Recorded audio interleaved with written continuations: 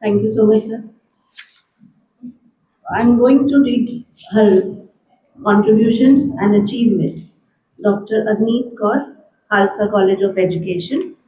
She has master's in computer science and education and doctorate in education. She has to her credit 15 years of teaching experience. And to her credit, as an academic role, she has performed a member of IQAC, Khalsa College of Education, Amritsar. She has been a content writer, reviewer, presenter for 3 modules for education in EPG Pathshala project by MOE, Ministry of Education, Government of India.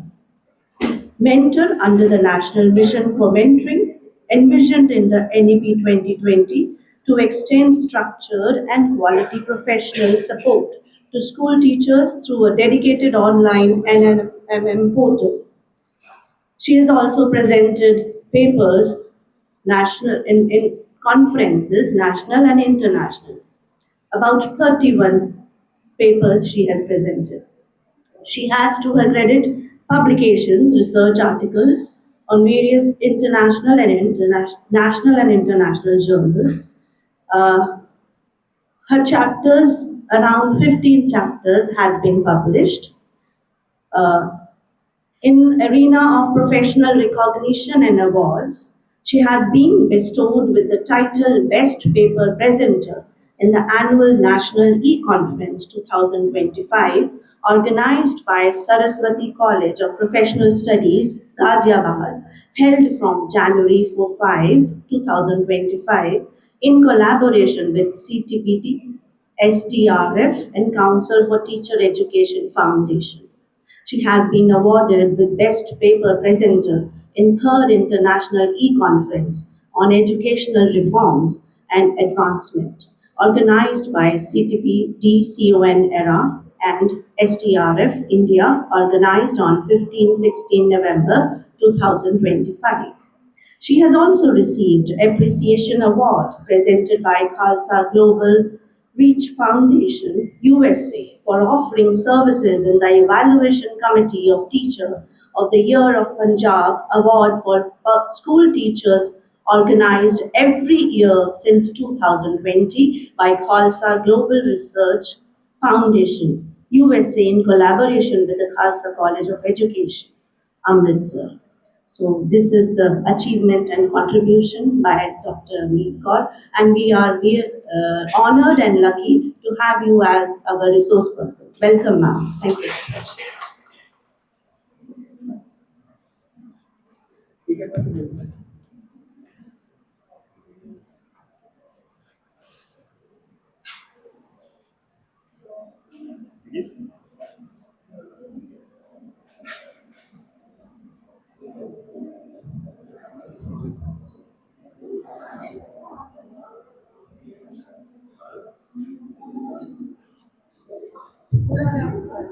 Mentions outcome-based education in higher education. It's very relevant in this changing scenario of higher education. So I'm also one amongst you only. So एक कोई इस तरह की गल नहीं है. I'm a learner myself also.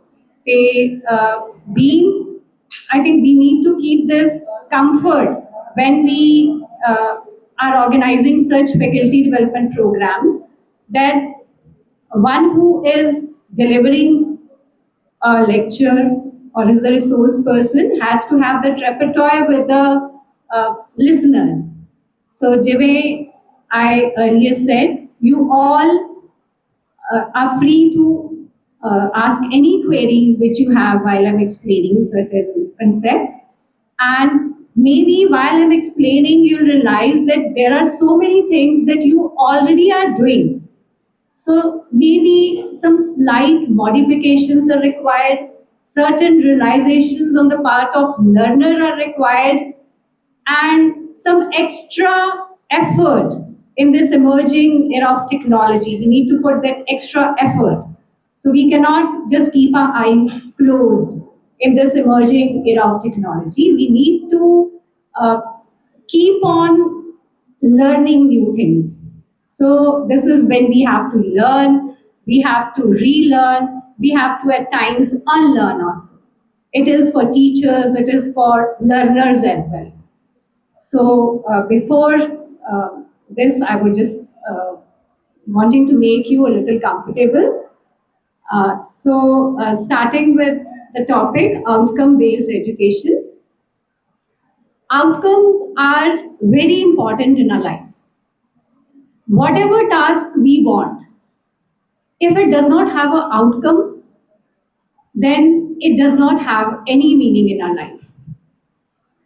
If I take admission in a computer course and as per the requirement of the industry, I'm not able to perform certain tasks.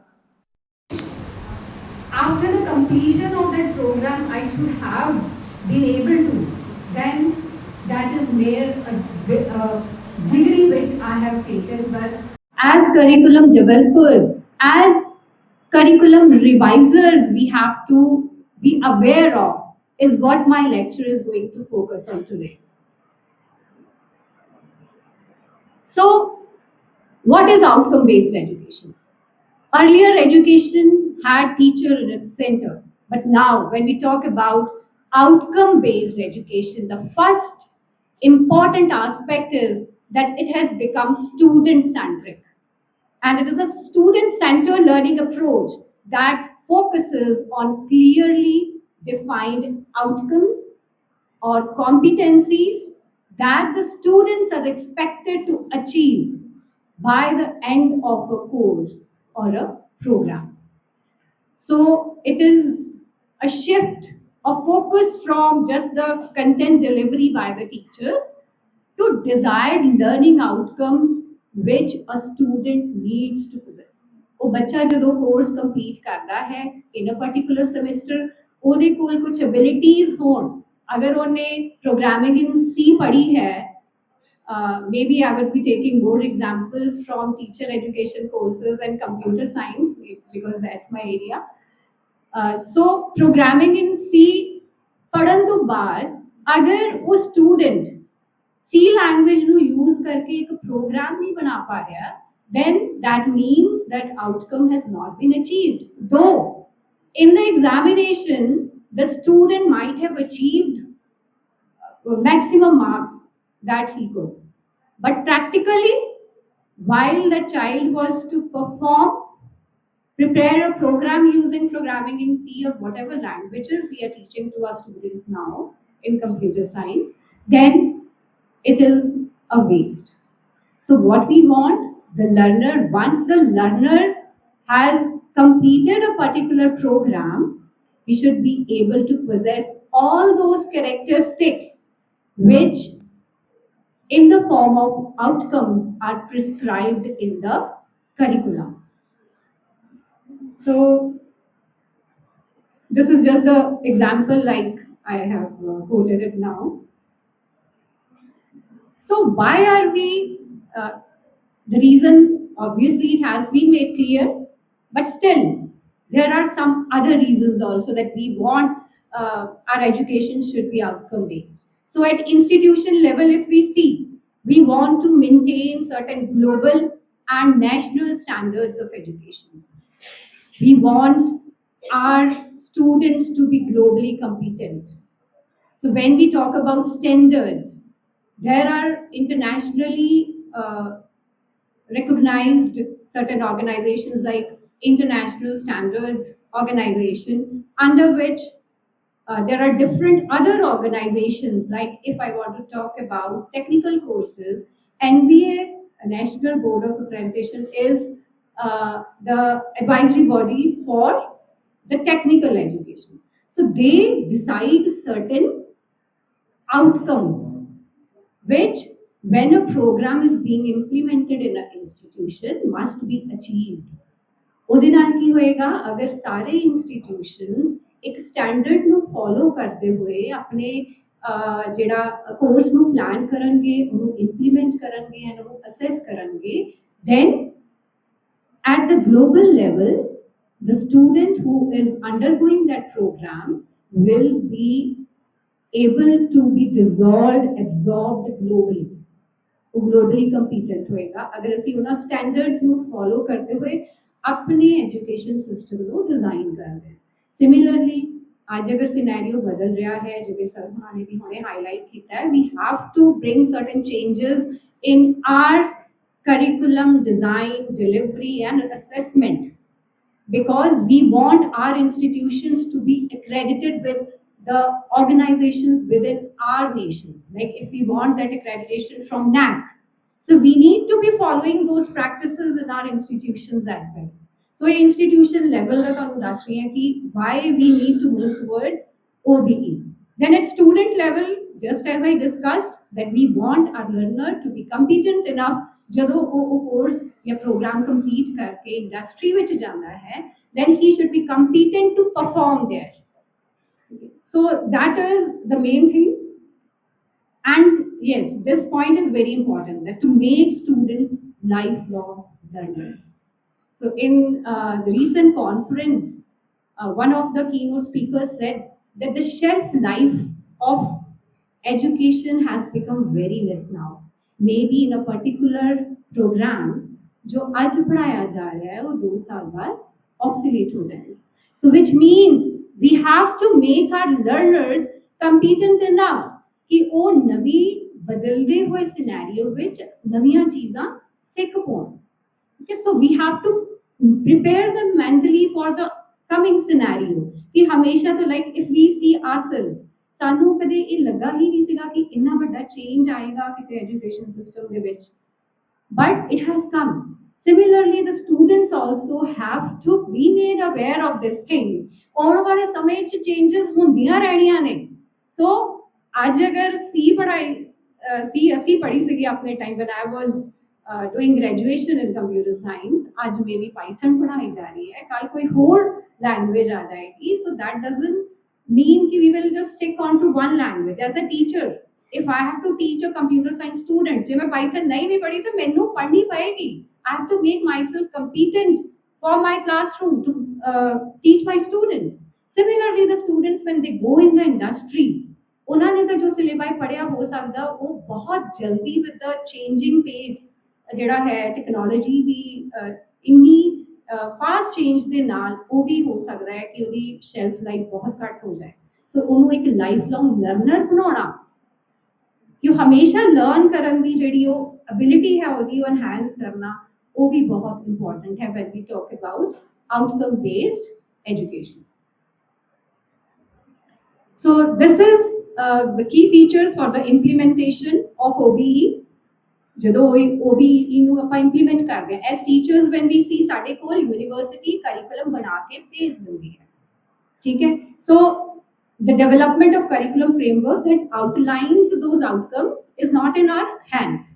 Initially, the colleges which are affiliated to a particular university ਉਹ plan ਕਰਕੇ ਤੁਹਾਨੂੰ ਦਿੰਦੇ ਨੇ. So ਅਗਰ autonomous college ਹੈ ਉਹਨਾਂ ਦੀ ਕੋਲ ਉਹ authority ਹੁੰਦੀ ਹੈ that they design their own curriculum.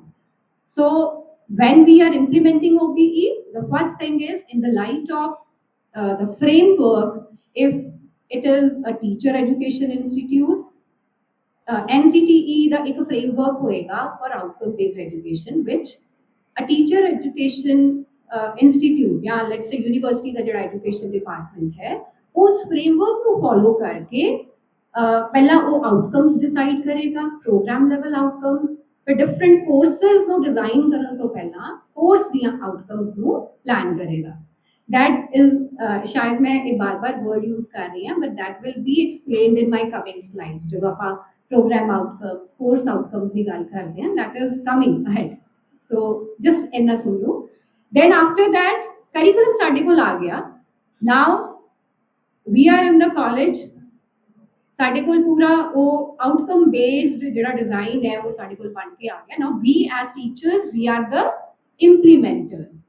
While implementing, while achieving those outcomes as teachers, it is our creativity, it is our dedication ਕਿ ਅਸੀਂ ਉਹਨੂੰ ਅਚੀਵ ਕਿਸ ਤਰ੍ਹਾਂ ਕਰਨਾ ਹੈ. ਠੀਕ ਹੈ. ਯੂਨੀਵਰਸਿਟੀ ਨੇ ਉਹ ਬਣਾਤਾ ਕਿ ਤੁਸੀਂ ਇਹ ਆਊਟਕਮ ਅਚੀਵ ਕਰਨੀ ਹੈ. ਤੁਹਾਡੇ ਬੱਚਿਆਂ ਦੇ ਵਿੱਚ ਇਹ ਬਿਹੇਵੀਅਰਲ ਚੇਂਜ ਆਉਣਾ ਚਾਹੀਦਾ ਹੈ ਜਦੋਂ ਉਹਨੇ ਉਹ ਪਾਰਟਿਕੂਲਰ ਪ੍ਰੋਗਰਾਮ complete ਕੀਤਾ. But at institution level also we have to plan certain things. how are we going to achieve those? ਜਿਵੇਂ ਸਰ ਨੇ ਹੁਣੇ internship ਦੀ ਗੱਲ ਕੀਤੀ ਹੈ, the recent changes which are being made. So ਉਹਦੇ accordingly ਸਾਨੂੰ before the semester, beginning of the semester, we have to be prepared with those resources, with those strategies, ਜਿਹਦੇ ਨਾਲ ਅਸੀਂ ਉਹ outcomes ਨੂੰ achieve ਕਰਨਾ ਹੈ, ਜਿਹੜਾ ਉਹ syllabi ਦੇ ਵਿੱਚ mentioned ਹੈ. Then ਇਹ ਨਹੀਂ ਹੈਗਾ ਕਿ ਪੜ੍ਹਾ ਦਿੱਤਾ, assessment ਆਪਣੀ ਮਰਜ਼ੀ ਦੇ ਨਾਲ, no. ਜਿਹੜੀ outcome ਅਸੀਂ ਪੜ੍ਹਾਉਣ ਵੇਲੇ ਧਿਆਨ 'ਚ ਰੱਖੀ ਹੈ, assessment ਵੇਲੇ ਵੀ ਅਸੀਂ ਉਹਨੂੰ ਧਿਆਨ 'ਚ ਰੱਖਣਾ ਹੈ. Then अगर सानू लगता है करिकुलम इंप्लीमेंट करदियां कुछ रिविजन्स की जरूरत है, मे बी कोई चीज़ इस तरह की होनी चाहिए जी इंटर्नशिप के थ्रू होवे, कोई चीज़ ऐसी होवे जिहदे विच कोई लेट्स से प्रोजेक्ट असाइन करना चाहिए है. So if you feel at the teacher level that कुछ revisions are required, then in at a college level, at a department level, we have certain board of studies members ਜਿਹੜੇ university ਨੂੰ time and again communicate ਕਰਦੇ ਆ, ਹੈ ਨਾ. So those now the responsibility lies at the end of the teacher to give a proposal of revision ਕਿ ਜੀ ਇਹ ਚੀਜ਼ ਮੇਰੇ ਸਬਜੈਕਟ ਦੇ ਵਿੱਚ ਮੈਨੂੰ ਮਿਸਿੰਗ ਲੱਗ ਰਹੀ ਹੈ, ਜਾਂ ਸਟੂਡੈਂਟਸ ਇੱਥੇ ਇਹ ਪ੍ਰੋਬਲਮ ਫੇਸ ਕਰ ਰਹੇ ਹੈ, and that needs to be communicated through that appropriate channel to the curriculum designing body, which may be within the institution level, which is also there at the university level. So that communication is very important if we want those revisions to be there. So this slide, this is just what we have been explaining. कि पहला teacher किस तरह सोचता सी class जाने तो पहला what to teach, why to teach and how to teach. But हुन सानू learner they point of view दे नाल सोचना पड़ेगा, why do I want students to learn? What do I want students to learn? And how I can help my students to learn in the best way. वो liberty मेरे को हैगी है as a teacher. Then only I will be able to achieve those outcomes. ਹੁਣ learners ਨੂੰ ਕਿੰਨੀਆਂ advantages ਮਿਲ ਰਹੀਆਂ when outcome based education implement ਕੀਤੀ ਜਾ ਰਹੀ ਹੈ. ਪਹਿਲੀ ਗੱਲ academic flexibility.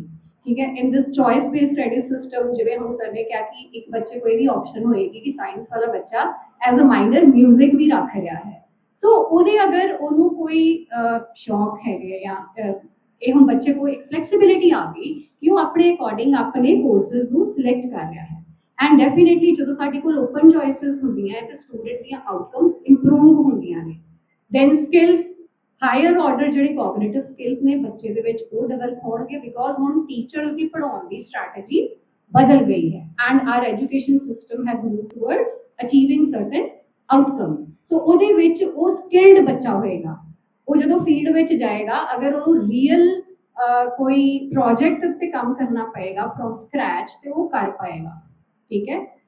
Then clear articulation is again at the level of designing program outcomes and course outcome.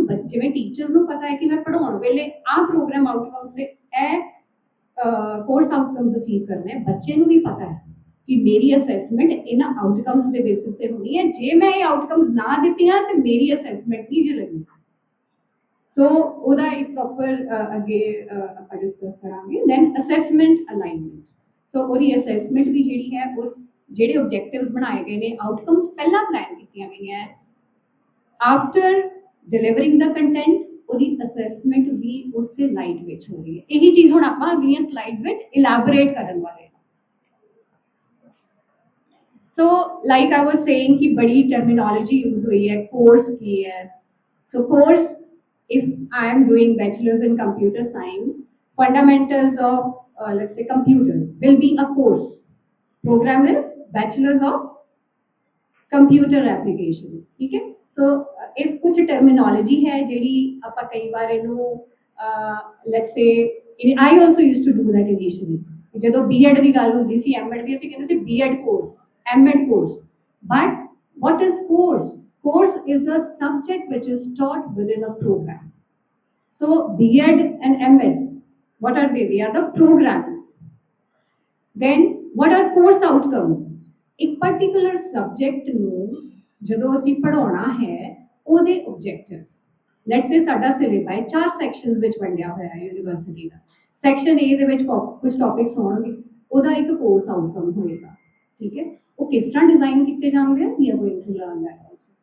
Then program outcomes, ਕਿ ਉਹ ਪ੍ਰੋਗਰਾਮ ਜਦੋਂ ਪੂਰਾ ਕੰਪਲੀਟ ਹੋ ਗਿਆ, ਸਾਰੇ ਕੋਰਸਿਸ ਪੜ੍ਹਾ ਦਿੱਤੇ ਗਏ, at the end of the semester ਉਸ ਪ੍ਰੋਗਰਾਮ ਦੇ ਜੋ ਓਵਰਆਲ ਬ੍ਰੌਡਰ ਆਊਟਕਮ ਸੀ ਉਹ ਅਚੀਵ ਕਰਨੇ, that is program level outcomes. Let's say when I say B.Ed program, B.Ed ਦੇ ਆਪਣੇ under the light of NCTE certain institution level program outcomes are planned.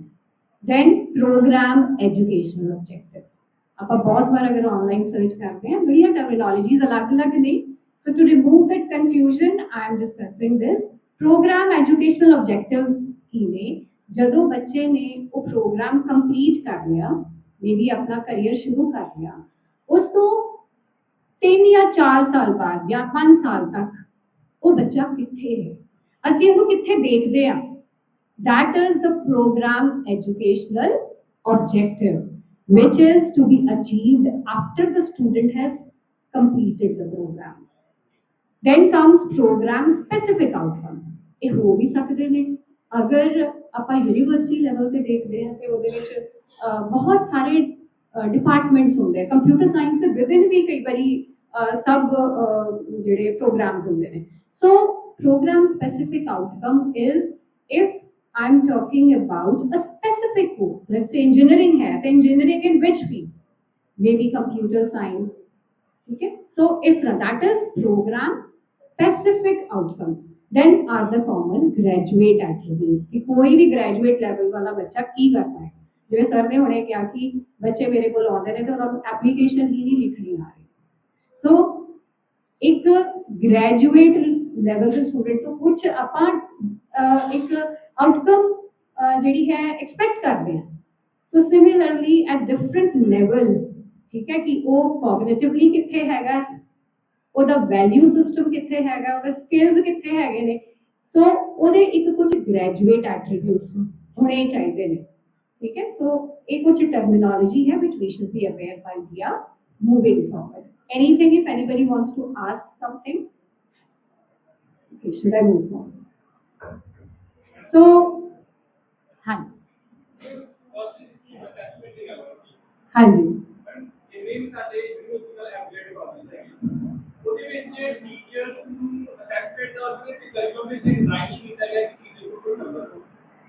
ਦੂਸਰਾ ਤੁਸੀਂ ਇਹ ਗੱਲ ਕਰਦੇ ਪਏ ਕਿ ਜੌਬ ਦੇ ਵਿੱਚ ਕਿ ਇੱਕ ਸਟੂਡੈਂਟ ਨੂੰ ਇੰਡਸਟਰੀ ਮਾਰਦੇ ਜਦੋਂ ਤੱਕ ਮੈਡਮ ਇੱਕ ਟੀਚਰ ਜਿਹੜਾ ਹੈਗਾ ਉਹ ਉਹਦੀ ਇੰਡਸਟਰੀ ਜਾ ਕੇ ਲਰਨ ਕਰਦਾ ਕਿ ਇੰਡਸਟਰੀ ਸੇ ਕੀ ਰਿਕੁਆਇਰਮੈਂਟਸ ਹੈ ਤੇ ਅਸੀਂ ਇਸ ਚੀਜ਼ ਦੀ ਸਟੂਡੈਂਟ ਉੱਤੇ ਜਾ ਕੇ ਸਿੱਖ ਸਕਦੇ। ਦੂਸਰੀ ਚੀਜ਼ ਇਹ ਆ ਕਿ ਅਸੀਂ ਇੰਡਸਟਰੀਜ਼ ਨੂੰ ਜਿਹੜੇ ਹੈਗਾ ਉਹ ਅਸੀਂ ਤਿਆਰ ਕਰਕੇ ਦੇ ਰਹੇ ਹਾਂ ਕਿ ਅਸੀਂ ਵੈਲ ਫਿਨਿਸ਼ ਪ੍ਰੋਡਕਟ ਦੇ ਰਹੇ ਹਾਂ। ਇੰਡਸਟਰੀ ਐਜੂਕੇਸ਼ਨ ਵਾਸਤੇ ਕੋਈ ਫੰਡ ਦੇ ਰਹੀ ਹੈ ਜਾਂ ਦੇ ਰਹੀ ਹੈ? ਹੁਣ ਇਹਦਾ ਮੈਨੂੰ ਲੱਗਦਾ ਕਿ ਤੁਸੀਂ ਕਿੰਨੇ ਸਾਰੇ ਕੁਐਸਚਨਸ ਐਂਡ ਕਰਕੇ ਪੁੱਛ ਲਏ ਨੇ। ਸੋ ਜਦੋਂ ਅਸੀਂ ਬੀਐਡ ਵਾਲੇ ਬੱਚਿਆਂ ਨੂੰ ਪੜ੍ਹਾਈਦਾ ਅਸੀਂ ਉਹਨਾਂ ਨੂੰ ਉੱਥੇ ਕਹੀਦਾ ਹੈ ਕਿ ਕੁਐਸਚਨ ਇੱਕ ਵਾਰੀ ਪੁੱਛਣਾ ਹੈ ਨਾ। ਸੋ ਓਕੇ, ਤੁਸੀਂ ਬੜਾ ਅੱਛਾ ਰੈਲੇਵੈਂਟ ਕੁਐਸਚਨ ਪੁੱਛਿਆ ਹੈ। ਇੱਥੇ ਜਦੋਂ ਹੁਣ ਆਪਾਂ ਅੱਗੇ ਆਊਟਕਮ ਬੇਸਡ ਐਜੂਕੇਸ਼ਨ ਦਾ ਫਰੇਮਵਰਕ ਡਿਸਕਸ ਕਰਨਾ ਹੈ, ਤੁਸੀਂ ਉੱਥੇ ਦੇਖੋਗੇ ਅਸੀਂ ਸ਼ੁਰੂ ਹੀ ਸਟੇਕ ਹੋਲਡਰਸ ਤੋਂ ਹੋਣਾ ਹੈ। ਉਹਦੇ ਵਿੱਚ ਅਸੀਂ ਇਹ ਨਹੀਂ ਕਹਿੰਦੇ ਕਿ ਸਾਨੂੰ ਸਿਰਫ ਅਸੀਂ ਲੋਕ ਹੀ ਨਜ਼ਰ ਆ ਰਹੇ ਕਿ ਸਾਡਾ ਐਡਮਿਨਿਸਟ੍ਰੇਟਰ ਹੈ ਤੇ ਅਸੀਂ ਟੀਚਰਸ ਹਾਂ। ਉੱਥੇ ਐਜੂਕੇਸ਼ਨ ਜਿਹੜਾ ਫਰੇਮਵਰਕ ਹੈ ਉਹਦੇ ਵਿੱਚ ਸਾਰੇ ਸਟੇਕ ਹੋਲਡਰਸ ਇਨਵੋਲਵ ਨੇ। ਸੋ ਅਸੀਂ ਜਦੋਂ ਇੱਕ ਬੱਚੇ ਦੀ ਕਿਤੇ ਜੌਬ ਲੱਗਦੀ ਹੈ, ਲੈਟਸ ਸੇ ਅਸੀਂ ਬੀਐਡ ਵਾਲੇ ਸਟੂਡੈਂਟਸ ਕਿਸੇ ਸਕੂਲ ਵਿੱਚ ਜਾ ਕੇ ਬਾਅਦ ਵਿੱਚ ਜੌਬ ਕਰਦੇ ਨੇ। So even during the school internship ਅਸੀਂ ਇੱਕ ਪਰਫਾਰਮਾ ਬਣਾਇਆ ਹੋਇਆ, ਉਸ ਪਰਫਾਰਮੇ ਤੇ ਅਸੀਂ ਬੱਚੇ ਦੀ ਕਿਸ ਤਰ੍ਹਾਂ ਦੀ ਸਕੂਲ ਇੰਟਰਨਸ਼ਿਪ ਵਿੱਚ ਪਰਫਾਰਮੈਂਸ ਸੀਗੀ ਅਸੀਂ ਉਹਦਾ ਫੀਡਬੈਕ ਲੈਂਦੇ ਹਾਂ।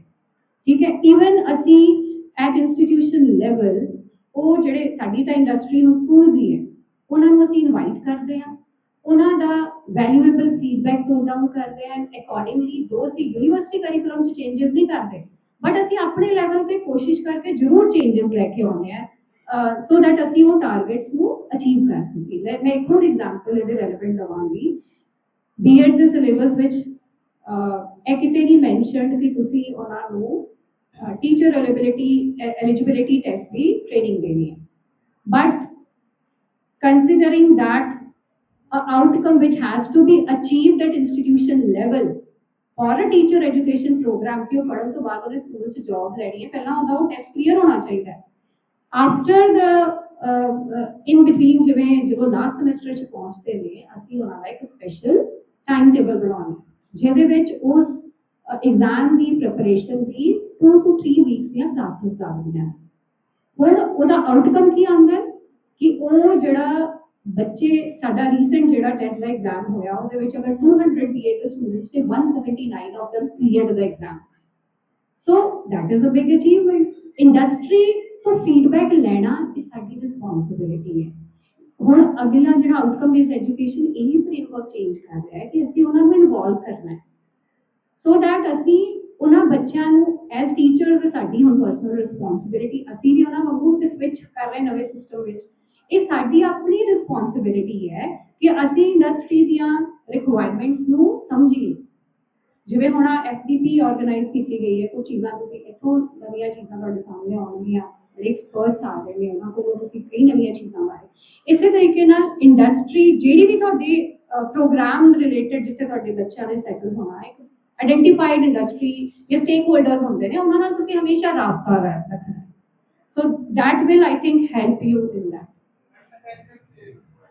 ਅਸੈਸਮੈਂਟ ਦਾ ਇਸ ਤਰ੍ਹਾਂ ਹੈ ਅਸੈਸਮੈਂਟ ਵੀ ਅੱਗੇ ਆਊਟਕਮ ਬੇਸਡ ਐਜੂਕੇਸ਼ਨ ਵਿੱਚ ਬਦਲ ਰਹੀ ਹੈ ਸੋ ਅਗਰ ਮੈਂ ਕਹਾਂ ਜਿਹੜੇ ਇਸ ਸਿਸਟਮ ਨੂੰ ਇੰਪਲੀਮੈਂਟ ਕਰ ਰਹੇ ਹੈ ਬਹੁਤ ਸਾਰੀਆਂ ਥਾਵਾਂ ਤੇ ਉਹਨਾਂ ਨੇ ਇੱਕ ਡਾਇਰੈਕਟ ਅਸੈਸਮੈਂਟ ਇੱਕ ਇਨਡਾਇਰੈਕਟ ਅਸੈਸਮੈਂਟ ਦਾ ਕ੍ਰਾਈਟੇਰੀਆ ਰੱਖਿਆ ਡਾਇਰੈਕਟ ਅਸੈਸਮੈਂਟ ਲੈਟਸ ਸੇ 80% ਹੈ ਇਨਡਾਇਰੈਕਟ ਇਜ਼ 20% 80% ਜਿਹੜੀ ਹੈ ਉਹ ਵਿਦਿਨ ਦਾ ਇੰਸਟੀਟਿਊਸ਼ਨ ਹੋ ਰਹੀ ਹੈ ਜਿਹਦੇ ਵਿੱਚ ਕੁਝ ਥਿਊਰੀ ਨੂੰ ਮਾਰਕਸ ਅਲਾਟ ਕੀਤੇ ਗਏ ਨੇ ਕੁਝ ਮਾਰਕਸ ਜਿਹੜੀਆਂ ਨੇ ਮੇਬੀ ਡਿਫਰੈਂਟ ਐਕਟੀਵਿਟੀਜ਼ ਜਿਹੜੀਆਂ ਰਿਕੁਆਇਰਡ ਨੇ ਉਸ ਕੋਰਸ ਵਿੱਚ ਕਿ ਉਹ ਬੱਚੇ ਨੇ ਕੋਈ ਪ੍ਰੈਜੈਂਟੇਸ਼ਨ ਦੇਣੀ ਹੈ ਉਹਨੇ ਕੋਈ ਪ੍ਰੋਜੈਕਟ ਵਰਕ ਕੰਪਲੀਟ ਕਰਨਾ ਹੈ ਉਹ ਤੁਹਾਡੇ ਹੱਥ 'ਚ ਨੇ ਠੀਕ ਹੈ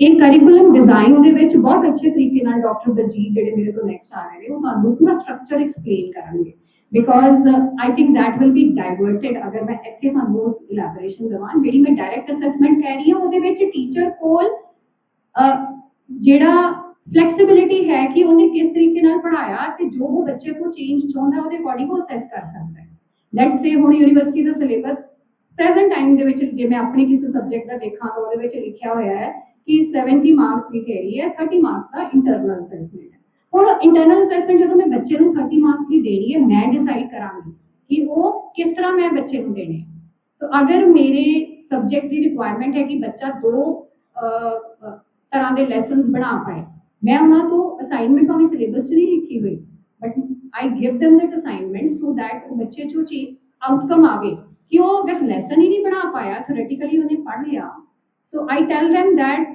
your internal assessment irrespective of what is mentioned in the syllabi I am going to assess you if you prepare the lesson plan according to the model which I taught ਹੈ ਨਾ ਸੋ ਕੁਝ ਚੀਜ਼ਾਂ ਸਾਡੇ ਹੱਥ 'ਚ ਹਾਲੇ ਹੈਗੀਆਂ ਬਟ ਜਦੋਂ ਆਪਾਂ ਆਊਟਕਮ ਬੇਸਡ ਐਜੂਕੇਸ਼ਨ ਦਾ ਸਿਲੇਬਾਈ ਦੇਖਾਂਗੇ ਜਿਹੜਾ ਸੈਂਪਲ ਉਹਨਾਂ ਨਾਲ ਤੁਹਾਨੂੰ ਦਿਖਾਉਣਗੇ ਬਲਜੀਤ ਮੈਡਮ ਉਹਦੇ ਵਿੱਚ ਕਿਸ ਤਰ੍ਹਾਂ ਅਸੈਸਮੈਂਟ ਹੋ ਰਹੀ ਹੈ ਕਿਸ ਤਰ੍ਹਾਂ ਉਹਨੂੰ ਅਲਾਈਨ ਕੀਤਾ ਗਿਆ ਹੈ ਕਿੰਨੀ ਵੈਰਾਈਟੀ ਆਫ ਅਸੈਸਮੈਂਟ ਹੈਗੀ ਹੈ not just the theory paper apart from that there are so many other activities which are being assessed ਤੇ ਉਹ ਤੁਸੀਂ ਉੱਥੇ ਦੇਖੋ जैसे बच्चों को इंडस्ट्रियल लेवल पे ले जा सकते हैं तो यूनिवर्सिटी क्या हमें ऐसा कौन सा सिलेबस प्रोवाइड कर रही है या कंपनीज ही हमारे कॉलेज में मतलब ऐसी कुछ कंपनीज के साथ की हायरिंग हो गया है वो यहाँ हमारे बच्चों को जो कि इंडस्ट्रियल लेवल पे जो बच्चे रेडी होते हैं वो तो कंपनी खुद उनको रेडी कराती है उसमें हमें कुछ भी जानने की जरूरत नहीं है वो कंपनी ट्रेनिंग देती है आएगी सबसे पहले वो टेस्ट लेके उनको सेलेक्ट करेगी आफ्टर सेलेक्टिंग देम वो उनको ट्रेन करती है और फिर उनको ज़्यादा अपॉर्चुनिटीज उनके जो नॉलेज है उसके अकॉर्डिंग देती है तो बात ये है मेरा ये कहने का मतलब है कि यूनिवर्सिटी से कुछ ऐसा हो कि कंपनीज हमारे यहाँ आए मे भी हमारे आर्ट्स के बच्चे भी आजकल कंप्यूटर के अंदर गेम हो गया है कि बच्चों को कुछ मतलब नेचुरल गॉड गिफ्टेड होते हैं कि वो वैसे ही कोडिंग में इंटरेस्ट है वो वैसे ही किए जा रहे हैं साइंस वाले हमारे नॉन मेडिकल के बच्चे मेडिकल के बच्चे क्योंकि कंप्यूटर में आपको सारे बच्चे कोई अब स्ट्रीम नहीं रहेगी ये आर्ट्स का बच्चा है कि ये कॉमर्स का बच्चा है कि ये साइंस का बच्चा है जिसके अंदर उसकी भी स्किल है वो सेलेक्ट हो जाएगा फिर कंपनी एटलीस्ट कंपनीज तो 3-4 आए। देखो now this is a very valid point, but ਇਹ ਜਿਹੜਾ point ਹੈ ਆਪਾਂ curriculum revision ਦੇ ਵਿੱਚ mention ਕਰ ਸਕਦੇ ਹਾਂ, ਠੀਕ ਹੈ। So curriculum revision ਦੇ ਵਿੱਚ I cannot provide you a solution of that because the implementer of the syllabi, you are the implementer and the designer is the university. So we can propose certain aspects which we feel. ਹਾਂਜੀ sir. ਇਹਨਾਂ ਸਵਾਲਾਂ ਤੋਂ ਪਹਿਲਾਂ ਸਵਾਲ ਤੇ ਪਹਿਲਾਂ ਇਹ ਹੈ ਕਿ ਵਿਦਿਆਰਥੀ ਨੂੰ ਕਲਾਸਰੂਮ ਦਾ ਕਿਵੇਂ ਲੱਗਦਾ ਇਹ ਜਿਹੜਾ ਫਰੇਮ ਬਣਾ ਦਿੱਤਾ ਵੀ ਆਹ ਸਟਰਕਚਰ ਹੈ ਐਸਾ ਕੋਈ ਬਣਾਉਣਾ ਹੈ ਇਹ ਸਾਰੀਆਂ ਕਿਤਾਬੀ ਗੱਲਾਂ ਨੇ ਪ੍ਰੈਕਟੀਕਲੀ ਇਹ ਸਾਰੀਆਂ ਫੇਲ ਹੋ ਜਾਂਦੀਆਂ ਆਪਾਂ ਪਹਿਲਾਂ ਸਟੂਡੈਂਟ ਨੂੰ ਲਿਆਈਏ ਤਾਂ ਉਹਨੇ ਇੰਡਸਟਰੀ ਦੀ ਗੱਲ ਕਰਦੇ ਕਿ ਸਮਾਜ ਨੂੰ ਆਪਾਂ ਇੰਡਸਟਰੀ ਬਣਾਉਣਾ ਇਹ ਪੋਸੀਬਲ ਹੀ ਨਹੀਂ ਹੈ ਸਮਾਜ ਦੇ ਵਿੱਚ ਕੋਈ ਭਿੰਨਤਾ ਹੈ ਉਹੀ ਚੀਜ਼ ਹੁਣ ਅੱਗੇ ਆਪਾਂ ਬਲੂਮ ਟੈਕਸੋਨਮੀ ਡਿਸਕਸ ਕਰਨੀ ਹੈ ਜਿਹਦੇ ਵਿੱਚ ਆਪਾਂ ਹੈਡ ਹੈਂਡ ਐਂਡ ਹਾਰਟ ਤਿੰਨਾਂ ਦੀ ਗੱਲ ਕਰਨੀ ਹੈ, ਠੀਕ ਹੈ। ਸਾਡਾ ਜਿਹੜਾ ਵਿਦਿਆਰਥੀ ਆ ਹੁਣ ਦਾ ਜਿਹੜਾ ਵਿਦਿਆਰਥੀ ਆ ਉਹਦੀ ਸਮਝ ਨਹੀਂ ਲੱਗਣ ਕਿ ਚਾਹੁੰਦਾ ਕੀ ਆ ਨਿਊ ਐਜੂਕੇਸ਼ਨ ਪਾਲਿਸੀ ਬਣਾ ਕੇ ਜੀ ਸੋਚ ਦਿੱਤੀ ਲੋਕਾਂ ਨੇ ਕਿ ਇਹ ਜਿਹੜਾ ਪਰੰਪਰਾ ਸਾਡੀ ਜਿਹੜੀ ਹੈਗੀ ਵਿਦਿਅਕ ਥੈਂਕ ਯੂ ਸਰ, ਤੁਸੀਂ ਪਲੀਜ਼ ਇੱਕ ਵਾਰੀ I think I got your question. ਹੁਣ ਇਹਦੇ ਵਿੱਚ ਮੈਂ ਤੁਹਾਨੂੰ ਇੰਸਟੀਟਿਊਸ਼ਨ ਲੈਵਲ ਤੇ ਦੱਸਾਂਗੀ ਕਿ ਕਈ ਵਾਰ ਸਾਡੇ ਸਾਨੂੰ ਪਤਾ ਹੁੰਦਾ ਹੈ ਕਿ ਕੁਝ ਬੱਚੇ ਇਦਾਂ ਦੇ ਨੇ ਜਿਹੜੇ ਇੱਕ ਟੀਚਰ ਦੀ ਕਲਾਸ ਲਗਾਉਂਦੇ ਨੇ ਪਰ ਦੂਜੇ ਦੀ ਨਹੀਂ ਲਗਾਉਂਦੇ। ਬੱਚਾ ਕਾਲਜ ਵਿੱਚ ਆਉਂਦਾ ਹੈ ਪਰ ਉਹ ਇੱਕ ਟੀਚਰ ਦੀ ਤਾਂ ਕਲਾਸ ਲਗਾ ਰਿਹਾ ਦੂਜੇ ਦੀ ਨਹੀਂ ਲਗਾ ਰਿਹਾ, so there is some reason. So and for this ਜਿਹੜਾ ਇਹ ਹੈ ਨਾ ਇਹਦੇ ਵਿੱਚ ਸਟੂਡੈਂਟ ਲੈਵਲ ਦੀਆਂ ਕਾਫੀ ਐਟਰੀਬਿਊਟਸ ਇਨਵੋਲਵਡ ਨੇ ਤੇ ਟੀਚਰ ਦੀ ਮਿਹਨਤ ਬਹੁਤ ਇਨਵੋਲਵਡ ਹੈ ਕਿ ਉਹ ਕਿਸ ਤਰ੍ਹਾਂ ਬੱਚੇ ਨੂੰ ਕਲਾਸ 'ਚ ਮੋਟੀਵੇਟ ਕਰਦਾ ਹੈ। ਹੁਣ ਇੱਕ ਗੱਲ ਦੂਸਰੀ ਗੱਲ ਸੀ ਕਿ ਬੰਦਾ ਜਿਹੜਾ ਫਿਜ਼ਿਕਸ ਵਾਲਾ ਸਟੂਡੈਂਟ ਆ ਉਹ ਮੀਨਿੰਗ ਕੋਈ ਰੱਖ ਸਕਦਾ ਜਦੋਂ ਇੱਕ ਚੀਜ਼ ਨੂੰ ਚੰਗੀ ਤਰ੍ਹਾਂ ਨਹੀਂ ਸਿੱਖਦਾ ਪਿਆ ਹੋ ਸਕਦਾ ਉਹ ਸਾਇੰਸ ਦੇ ਸਟਰੀਮ ਦੇ ਵਿੱਚ ਕੋਈ ਚੰਗਾ ਕੁਝ ਕਰ ਜਾਵੇ ਉਹ ਨਾ ਉਹਨੂੰ ਮਿਊਜ਼ਿਕ ਆਉਣਾ ਨਾ ਫਿਜ਼ਿਕਸ ਆਉਣੀ ਹੈ ਜੀ ਮਿਊਜ਼ਿਕ ਉਹਨੇ ਸਾਡੀ ਚੋਇਸ ਨਾਲ ਨਹੀਂ ਆਊਟ ਕੀਤਾ। ਸਾਰੇ ਜਿਹੜੀ ਕੋਰਸ ਚੱਲਦੀ ਹੈ ਨਾ ਐਸਐਮਐਸਸੀ ਇਹਦਾ ਫਾਈਨਲ ਕੀਤਾ ਮੇਰਾ ਇੱਕ ਸਟੂਡੈਂਟ ਸੀ ਬੀਐਸਸੀ ਦਾ ਉਹਨੇ ਸਾਇੰਸ ਮਤਲਬ ਮੈਡੀਕਲ ਕੀਤੀ ਹੈ ਠੀਕ ਹੈ ਨਾ ਇਹ ਗੱਲ ਹੈ 1999 ਦੀ ਉਸ ਨੇ ਮੈंने बीएससी ਮੈਡੀਕਲ ਕੀਤੀ ਆ after that ਉਹਨੇ ਕੀ ਕੀਤੀ ਐਮਐਸਸੀ ਫਿਜ਼ਿਕਸ ਕੀਤੀ ਆ ਉਹਨੂੰ ਫਿਜ਼ਿਕਸ ਦਾ ਕੁਝ ਨਹੀਂ ਪਤਾ ਸੀ ਮੈਂ after that ਉਹਨੇ ਪੀਐਚਡੀ ਕੀਤੀ ਨੈਨੋ ਟੈਕਨੋਲੋਜੀ ਇਹਨਾਂ ਦਾ ਆਪਸ ਵਿੱਚ ਰਿਲੇਸ਼ਨ ਨਹੀਂ ਹੈ ਗੱਲ ਤਾਂ ਇਹ ਕਿ ਜਿਹੜਾ ਬੱਚਾ ਹੈਗਾ ਉਸ ਐਜੂਕੇਸ਼ਨ ਨੂੰ ਕਿਵੇਂ ਟੇਕ ਕਰ ਸਕਦਾ ਹੈ ਇਹ ਬੜੇ ਰੇਟ ਦੇ ਵਿੱਚ ਆ ਕੋਈ ਮਤਲਬ ਸਮਾਜ ਦੇ ਵਿੱਚ ਕੋਈ ਦੋ ਚਾਰ ਜਣੇ ਐਵੇਂ ਹੋ ਗਏ ਉਹ ਨਹੀਂ ਚਾਹੋ ਨੂੰ ਰੋਲ ਮਾਡਲ ਬਣ ਕੇ ਪੂਰਾ ਸਮਾਜ ਦੇ ਬਾਹਰ ਤੱਕ ਜਾੜੀ ਜਾ ਨਹੀਂ ਠੀਕ ਆ ਦੇਖੋ ਗੱਲ ਇਹ ਹੈ ਕਿ ਐਨਈਪੀ ਅਜੇ ਲਾਗੂ ਹੋਈ ਆ ਇਹਨੂੰ ਕੀ ਕਰ ਐਨਈਪੀ ਲਾਗੂ ਹੋਈ ਆ ਅਜੇ 4 ਸਾਲ ਹੋਏ ਨੇ ਇਹਦਾ ਇਫੈਕਟ ਕੀ ਅੱਗੇ ਕਿਉਂਕਿ ਹਜੇ ਜਿਹੜੇ ਬੱਚੇ ਨੇ ਜਿਹੜੇ ਫਸਟ ਈਅਰ ਆਏ ਸੀ ਹਜੇ ਉਹ ਫਾਈਨਲ ਤੱਕ ਪਹੁੰਚੇ ਹੀ ਹੈ ਨਾ ਹਜੇ ਉਹ ਸੈਕੰਡ ਈਅਰ ਨੇ ਥਰਡ ਈਅਰ ਜਾਣਗੇ ਫਿਰ ਫੋਰਥ ਈਅਰ ਜਾਣਗੇ ਉਸ ਤੋਂ ਬਾਅਦ ਇਹ ਹੈਗਾ ਉਹ ਕੀ ਗੱਲ ਸਾਰੇ ਜਿਹੜੇ ਟੀਚਰ ਪੜ੍ਹਾ ਰਹੇ ਆ ਉਹ ਪਹਿਲਾਂ ਜਿਹੜੀ ਐਜੂਕੇਸ਼ਨ ਲਈ ਉਹਦੇ ਤਰੀਕੇ ਨਾਲ ਹੀ ਪੜ੍ਹਾਉਂਦੇ ਬਿਲਕੁਲ ਬਿਲਕੁਲ ਆਏ ਉਹ ਤਰੀਕੇ ਨੂੰ ਲੈ ਕੇ ਉਹ ਪੜ੍ਹਾ ਸਕਦੇ ਸੀ ਉਹਨਾਂ ਦਾ ਸਟੂਡੈਂਟ ਗਾ ਉਸ ਦਾ ਜਿਹੜੀ ਬਣ ਸਕਦੇ ਗੱਲ ਇਹ ਹੁੰਦੀ ਸਾਰਾ ਸਾਡਾ ਵਿਦਿਆਰਥੀ ਜਿਹੜੇ ਆ ਪਹਿਲਾਂ ਵਿਦਿਆਰਥੀ ਨੂੰ ਵਿਦਿਆਰਥੀ ਬਣਾਈ ਆ ਬਿਲਕੁਲ ਠੀਕ ਹੈ ਪਰ ਗੱਲ ਇਹ ਹੁਣ ਸਾਰੇ ਜਿਸ ਤਰ੍ਹਾਂ ਕਹਿ ਰਹੇ ਨੇ ਮੇਰੀ ਗੱਲ ਸੁਣੋ ਸਰ ਉਹ ਕਹਿੰਦੇ ਨੇ ਵੀ ਪੰਜਾਬੀ ਤੁਸੀਂ ਇੱਕ ਕਹਾਣੀ ਆਉਂ ਪੜ੍ਹਾ ਦਿੰਦੇ ਹੋ ਦੱਸੋ ਮੈਨੂੰ ਨਵੀਂ ਜਿਹੜੀ ਹੈਗੀ ਨਿਊ ਐਜੂਕੇਸ਼ਨ ਪਾਲਿਸੀ ਨਾਲ ਕੋਈ ਕਹਾਣੀ ਤਰੀਕੇ ਨਾਲ ਪੜ੍ਹਾ ਕੇ ਦੱਸੋ ਕਿਸ ਤਰ੍ਹਾਂ ਪੜ੍ਹਾਈ ਅੱਛਾ ਮੇਰੇ ਕੋਲ ਸਾਰੇ ਇੱਕ ਸਪੋਜ਼ ਕਰੋ ਬਾਬੇ ਫਰੀਦ ਦਾ ਸ਼ਬਦ ਆ ਜਦੋਂ ਮੁਹੱਬਤ ਜਿਹਨੇ ਸਹੀ ਸੱਚਾ ਜੇ ਮਨ ਹੋਰ ਭੋਗ ਸੇ ਕਾਂਟੇ ਕੱਟਿਆ ਰਤੇ ਇਸ਼ਕ ਖੁਦਾਏ ਰੰਗ ਦੇ ਦਾਨ ਕੀ ਭੋਏ ਭਾਰਤੀ ਜਿਹਨੂੰ ਨਾਮ ਦੱਸਿਓ ਅੱਛਾ ਇਹ ਨਵੀਂ ਐਜੂਕੇਸ਼ਨ ਪਾਲਿਸੀ ਸਮਝਾਓ ਕਰੇ ਕਿਦਾਂ ਸਮਝਾਓ ਮੈਂ ਕੀ ਕਰਾਂ ਸਟੂਡੈਂਟ ਨੂੰ ਤੇ ਕਿਆ ਨਵੇਂ ਦਾਰਾ ਕੇ ਬਣਾਉਣਾ ਤੇ ਕਿਤਨਾ ਬਣਾਉਣਾ ਰਾਜੀ ਦਾ ਟੌਪਿਕ ਸਾਰੇ ਇੱਕ ਪਾਸਰ ਟੌਪਿਕ ਨੇ ਸਾਰੇ ਇੱਕ ਪਾਸਰ ਟੀਚਰ ਦੇ ਦੋ ਇਹ ਟੀਚਰ ਦੇ ਟੀਚਰ ਨੂੰ ਤੁਸੀਂ ਪਾਣੀ ਵੀ ਪ੍ਰੋਵਾਈਡ ਕਰਵਾ ਦੇਣਾ ਬੇਟਾ ਇਹਦਾ ਕਿੱਦਾਂ ਸਮਝੋ ਇਹਨੂੰ ਚਾਹ ਪਿਆਵਾ ਪਹਿਲਾਂ ਥੋੜਾ ਬਾਤ ਕੰਮ ਕਰਿਓ ਚਾਹ ਮਿਲਦੀ ਆ ਸਰ ਆਈ ਥਿੰਕ ਇੱਥੇ ਪਾਣੀ ਪਿਆ ਪਹਿਲਾਂ ਸਰ ਨੂੰ ਪਾਣੀ ਦਿੱਤਾ ਜੀ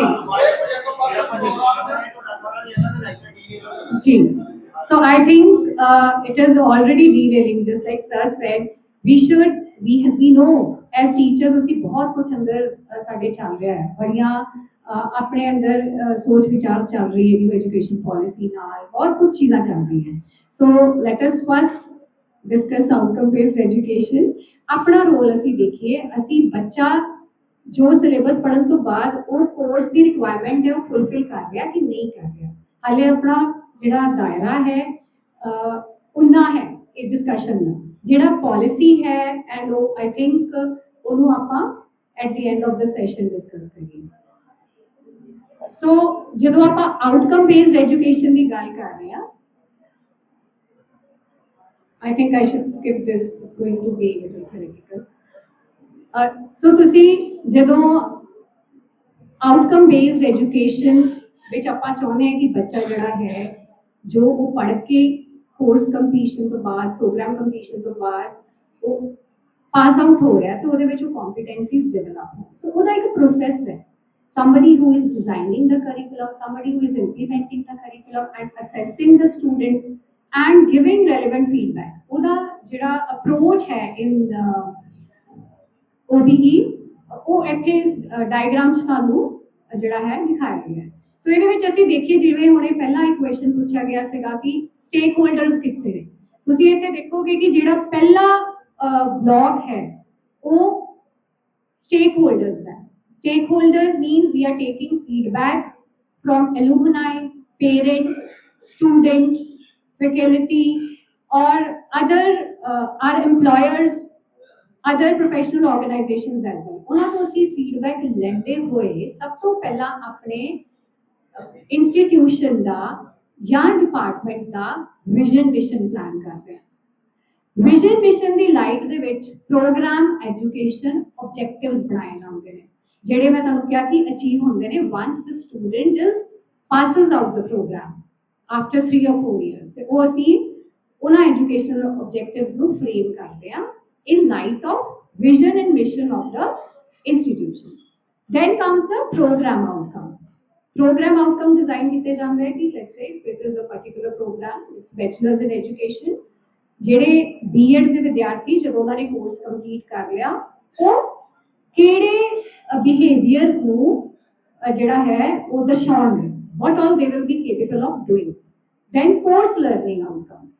ਹੁਣ courses ਜਿਹੜੇ different subjects which are being taught in a particular program they are the courses ਉਹਦੇ outcomes design ਕੀਤੇ ਜਾਂਦੇ ਨੇ ਹੁਣ ਇਹ ਜਿਹੜਾ ਸਾਰਾ ਜਿਹੜਾ ਇਹ ਵਾਲਾ rectangle ਹੈਗਾ outcomes ਵਾਲਾ ਇਹ ਅਗਰ ਅਸੀਂ ਟੀਚਿੰਗ ਲੈਵਲ ਤੇ ਦੇਖੀਏ ਅਸੀਂ ਇਹ ਚ ਇਨਵੋਲਵਡ ਹੈਗੇ ਵੀ ਆ ਐਂਡ ਡਾਇਰੈਕਟਲੀ ਨਹੀਂ ਵੀ ਬਿਕੋਜ਼ ਸਾਨੂੰ ਕਰਿਕੂਲਮ ਯੂਨੀਵਰਸਿਟੀ ਤੋਂ ਬਣ ਕੇ ਮਿਲ ਗਿਆ ਹੋਇਆ so they have decided the program education outcomes program outcomes and course outcomes ਅਸੀਂ ਉਹਦੀ ਲਾਈਟ ਵਿੱਚ ਕੀ ਕਰਨਾ ਹੈ ਜਿਹੜਾ ਕੋਰਸ ਪਲੈਨਿੰਗ ਐਂਡ ਡਿਲੀਵਰੀ ਸਾਡੇ ਕੋਲ ਕਰਿਕੂਲਮ ਆ ਗਿਆ ਉਸ ਦੇ ਵਿੱਚ ਅਸੀਂ ਡਿਸਾਈਡ ਕਰਨਾ ਹੈ ਐਜ਼ ਟੀਚਰਸ ਕਿ ਇਹ ਟੌਪਿਕ ਨੂੰ ਜਦੋਂ ਮੈਂ ਪੜ੍ਹਾਉਣਾ ਹੈ ਤੇ ਟੌਪਿਕ ਕਿਹੜੇ ਮੈਥਡ ਨਾਲ ਪੜ੍ਹਾਇਆ ਜਾਏ ਕੀ ਮੈਂ ਕੋਈ ਐਕਟੀਵਿਟੀ ਕਰਵਾਉਣੀ ਹੈ ਕੀ ਮੈਂ ਕੋਈ ਫੀਲਡ ਟ੍ਰਿਪ ਆਰਗੇਨਾਈਜ਼ ਕਰਨਾ ਹੈ ਹੋ ਸਕਦਾ ਕਿ ਗਰੁੱਪ ਅਗਰ ਕੋਲੈਬੋਰੇਟਿਵ ਕੋਈ ਟਾਸਕ ਕਰਵਾਇਆ ਜਾ ਸਕੇ ਕੋਈ ਗਰੁੱਪ ਡਿਸਕਸ਼ਨ ਕਰਵਾਈ ਜਾ ਸਕੇ ਸੋ ਐਜ਼ ਟੀਚਰ ਉਸ ਕੋਰਸ ਨੂੰ ਕਿਸ ਤਰੀਕੇ ਨਾਲ ਡਿਲੀਵਰ ਕਰਨਾ ਹੈ it is the task of the teacher so teaching method learning activities after content has been taught activities has been performed ਤੇ ਬੱਚਿਆਂ ਨੂੰ assess ਕਰਨਾ in the light of outcomes ਜਿਹੜੇ ਕੋਰਸ ਵਿੱਚ ਦਿੱਤੇ ਗਏ ਨੇ ਅਗਰ ਕੋਰਸ ਦਾ ਪਹਿਲਾ ਆਊਟਕਮ ਇਹ ਕਹਿੰਦਾ ਹੈ ਕਿ student will be able to write a program using C language ਤੇ ਜਿਹੜਾ writing a program ਉਹਦੀ ਅਸੈਸਮੈਂਟ ਕਿਸ ਤਰ੍ਹਾਂ ਹੋਏਗੀ ਕਿ ਮੈਂ ਬੱਚੇ ਨੂੰ ਇੱਕ ਪ੍ਰੋਗਰਾਮ ਜਿਹੜਾ ਹੈ ਰੈਂਡਮਲੀ ਬਣਾਉਣ ਨੂੰ ਦਵਾਂਗੀ ਸੋ ਅਸੈਸਮੈਂਟ ਹੈਜ਼ ਬਿਕਮ ਅਲਾਈਨਡ ਔਰ ਮੈਪਡ ਵਿਦ ਦ ਕੋਰਸ ਆਊਟਕਮ ਸੋ ਇਸ ਤਰੀਕੇ ਨਾਲ ਜਿਹੜੀ ਸਾਡੀ ਅਸੈਸਮੈਂਟ ਹੈ ਜਿਹੜੀ ਸਾਡੀ ਟੀਚਿੰਗ ਹੈ ਜਿਹੜੀ ਸਾਡੀ ਪਲਾਨਿੰਗ ਹੈ ਦੇ ਆਲ ਕਮ ਇਨ ਲਾਈਨ ਉਸ ਤੋਂ ਬਾਅਦ once the teacher has planned and delivered the courses the assessment ਹੁੰਦੀ ਹੈ ਜਿਵੇਂ ਹੁਣ ਇਹ ਨਹੀਂ ਟੀਚਰ ਦਾ ਟਾਸਕ ਹੈਗਾ ਕਿ ਟੀਚਰ ਨੇ ਪੜ੍ਹਾ ਲਿਆ ਬੱਚੇ ਦੀ ਅਸੈਸਮੈਂਟ ਲਗਾਤੀ ਉਸ ਤੋਂ ਬਾਅਦ ਅਸੀਂ ਉਹਨੂੰ ਇੱਕ ਸਾਈਕਲਿਕ ਪ੍ਰੋਸੈਸ ਬਣਾਉਣਾ ਹੈ ਅਗਰ ਜਿਹੜਾ ਸਬਜੈਕਟ ਮੈਂ ਪੜ੍ਹਾਇਆ ਉਹਦੇ 5 ਆਊਟਕਮ ਸੀਗੇ ਉਹਦੀ ਲਾਈਟ ਵਿੱਚ ਮੇਰੇ ਸਟੂਡੈਂਟਸ ਕਿੱਥੇ ਸਟੈਂਡ ਕਰ ਰਹੇ ਨੇ। ਲੈਟਸ ਸੇ ਫਸਟ ਆਬਜੈਕਟਿਵ ਸੀਗਾ ਕਿੰਨੇ ਬੱਚਿਆਂ ਨੇ ਪ੍ਰੋਗਰਾਮ ਬਣਾਉਣਾ ਸਿੱਖ ਲਿਆ। ਮੈਂ ਉਹਨੂੰ ਇੱਕ ਮੈਟ੍ਰਿਕਸ ਫਾਰਮ ਦੇ ਵਿੱਚ ਜਿਹੜੀ ਮੈਂ ਅੱਗੇ ਦਿਖਾਵਾਂਗੀ ਉਹਦੀ ਮੈਪਿੰਗ ਕਰਨੀ ਹੈ। If that outcome is achieved according to the desired level, I will be communicating it further। ठीक है, प्रोग्राम ਦੇ ਵਿੱਚ ਉਹ ਕੋਰਸ ਦਾ ਆਬਜੈਕਟਿਵ ਕਿੱਥੇ ਲਾਏ ਕਰਨਾ। ਇਸੇ ਤਰੀਕੇ ਨਾਲ ਕਰਦੇ ਹੋਏ ਅਗਰ ਮੈਨੂੰ ਕਿਤੇ ਵੀ ਲੱਗਦਾ ਹੈ ਕਿ some change in the learning outcome should be made, I have to communicate that। So that is the improvement aspect। ਜਿਵੇਂ ਹੁਣੇ ਸਰ ਉਹਨਾਂ ਨੇ ਕਿਹਾ ਕਿ internship ਆ ਗਿਆ sir, we don't have any plan given by the university to carry it out। So here comes the role of this improvement ਕਿ ਅਸੀਂ ਚਾਹੁੰਦੇ ਹਾਂ ਕਿ ਸਾਨੂੰ ਇੱਕ ਵੈਲ ਫਰੇਮਵਰਕ ਦਿੱਤਾ ਜਾਏ ਜਿਹਦੇ ਤਹਿਤ ਅਸੀਂ ਉਹ ਇੰਟਰਨਸ਼ਿਪ ਨੂੰ ਕੈਰੀ ਆਊਟ ਕਰ ਸਕੀਏ। So then again in the light of that we come back to the first box wherein we can again change the POs, program outcomes and post learning outcomes and make it a cyclic process। ਸੋ ਇਸੇ ਤਰੀਕੇ ਨਾਲ ਜੇ ਅਸੀਂ ਦੇਖੀਏ ਅਸੀਂ ਉੱਪਰੋਂ ਨੀਚੇ move ਕਰਦੇ ਹੋਏ ਲੈਫਟ ਸਾਈਡ ਤੇ ਜਿਹੜਾ ਪਾਲਿਸੀ ਡਿਜ਼ਾਈਨ ਹੈ ਵਿਜ਼ਨ ਮਿਸ਼ਨ ਤੋਂ ਸ਼ੁਰੂ ਹੋਏ ਇੰਸਟੀਟਿਊਸ਼ਨ ਨੇ ਉਹਦੀ ਲਾਈਟ ਵਿੱਚ ਆਪਣੇ ਪਰਸਪੈਕਟਿਵ ਪਲਾਨਸ ਬਣਾਏ, ਲੈਟਸ ਸੇ 10 ਈਅਰ ਪਲਾਨ ਬਣਾਏ, 20 ਈਅਰ ਪਲਾਨ ਬਣਾਏ। ਡਿਪਾਰਟਮੈਂਟ ਵਿਦਿਨ ਦੈਟ ਇੰਸਟੀਟਿਊਸ਼ਨ ਨੇ ਆਪਣੀ ਵਿਜ਼ਨ ਮਿਸ਼ਨ ਬਣਾਈ ਕਿ ਅੱਜ ਤੋਂ ਅਸੀਂ ਕੀ ਅਚੀਵ ਕਰਨਾ ਚਾਹੁੰਦੇ ਹਾਂ। ਉਹਦੀ ਲਾਈਟ ਵਿੱਚ ਪ੍ਰੋਗਰਾਮ ਡਿਫਰੈਂਟ ਪ੍ਰੋਗਰਾਮਸ ਹੈਗੇ ਨੇ, ਉਹਨਾਂ ਦੇ ਐਜੂਕੇਸ਼ਨਲ ਆਬਜੈਕਟਿਵਸ ਬਣਾਏ ਗਏ, program outcomes, then program specific outcomes and course outcomes। ਇਸੇ ਤਰੀਕੇ ਨਾਲ ਜਦੋਂ ਇਹ ਚੀਜ਼ਾਂ ਪਲਾਨ ਹੋਈਆਂ ਟੀਚਰ ਨੇ ਪੜਾਇਆ ਉਹਦੀ ਅਸੈਸਮੈਂਟ ਐਂਡ ਇਵੈਲੂਏਸ਼ਨ ਬੈਕਵਰਡ ਜਾ ਰਹੀ ਹੈ। ਮੀਨਸ ਉਸ ਆਊਟਕਮ ਦੇ ਵਿੱਚ ਅਗਰ ਸਾਨੂੰ ਕੋਈ ਰਿਵੀਜ਼ਨ ਚਾਹੀਦੀ ਹੈ, we want some improvement that needs to be made upwards, that may go to the vision mission statement of the institution। ਸੋ ਇੱਥੇ ਦੇਖੋ ਇੱਕ ਇਹਦੀ ਹੋਰ ਇਲੈਬੋਰੇਟਿਵ ਜਿਹੜੀ ਹੈ ਪਿਕਚਰ ਤੁਹਾਨੂੰ ਦਿਖੇਗੀ ਜਿਹਦੇ ਵਿੱਚ ਤੁਸੀਂ ਦੇਖੋ ਕਿ ਜਿਹੜਾ ਫਰਸਟ ਬਾਕਸ ਹੈਗਾ ਐਕਸਟ੍ਰੀਮ ਰਾਈਟ ਦੇ ਵਿੱਚ that depicts the program of the study। ठीक है, तो number 1 I am teaching bachelor's of education students, so I have a curriculum in my hand। within that there is the second number which shows the courses within that B.Ed program which will be taught। A particular course is divided into various units ਜਿਹਦੇ ਵਿੱਚ ਅਸੀਂ ਇੱਕ particular subject ਜਿਹੜਾ ਹੈ section A, B, C, D ਹੈ unit 1, 2, 3 ਦੇ ਵਿੱਚ divided ਹੈ and ਹਰ ਇੱਕ ਯੂਨਿਟ ਜਿਹੜਾ ਹੈ ਉਹ ਇੱਕ particular course outcome ਦੇ ਨਾਲ aligned ਹੈ। 3.1 ਚ ਤੁਸੀਂ ਦੇਖੋਗੇ ਕਿ ਉਹ ਜੋ particular unit ਹੈ ਜਿਹੜਾ ਅਸੀਂ ਪੜਾਉਣਾ ਹੈ ਬੱਚੇ ਨੂੰ ਉਹ ਪੜਾਉਣ ਤੋਂ ਬਾਅਦ ਕੋਈ ਨਾ ਕੋਈ ਆਊਟਕਮ ਜ਼ਰੂਰ ਅਚੀਵ ਹੋਣੀ ਚਾਹੀਦੀ ਹੈ। And then we move towards assessment.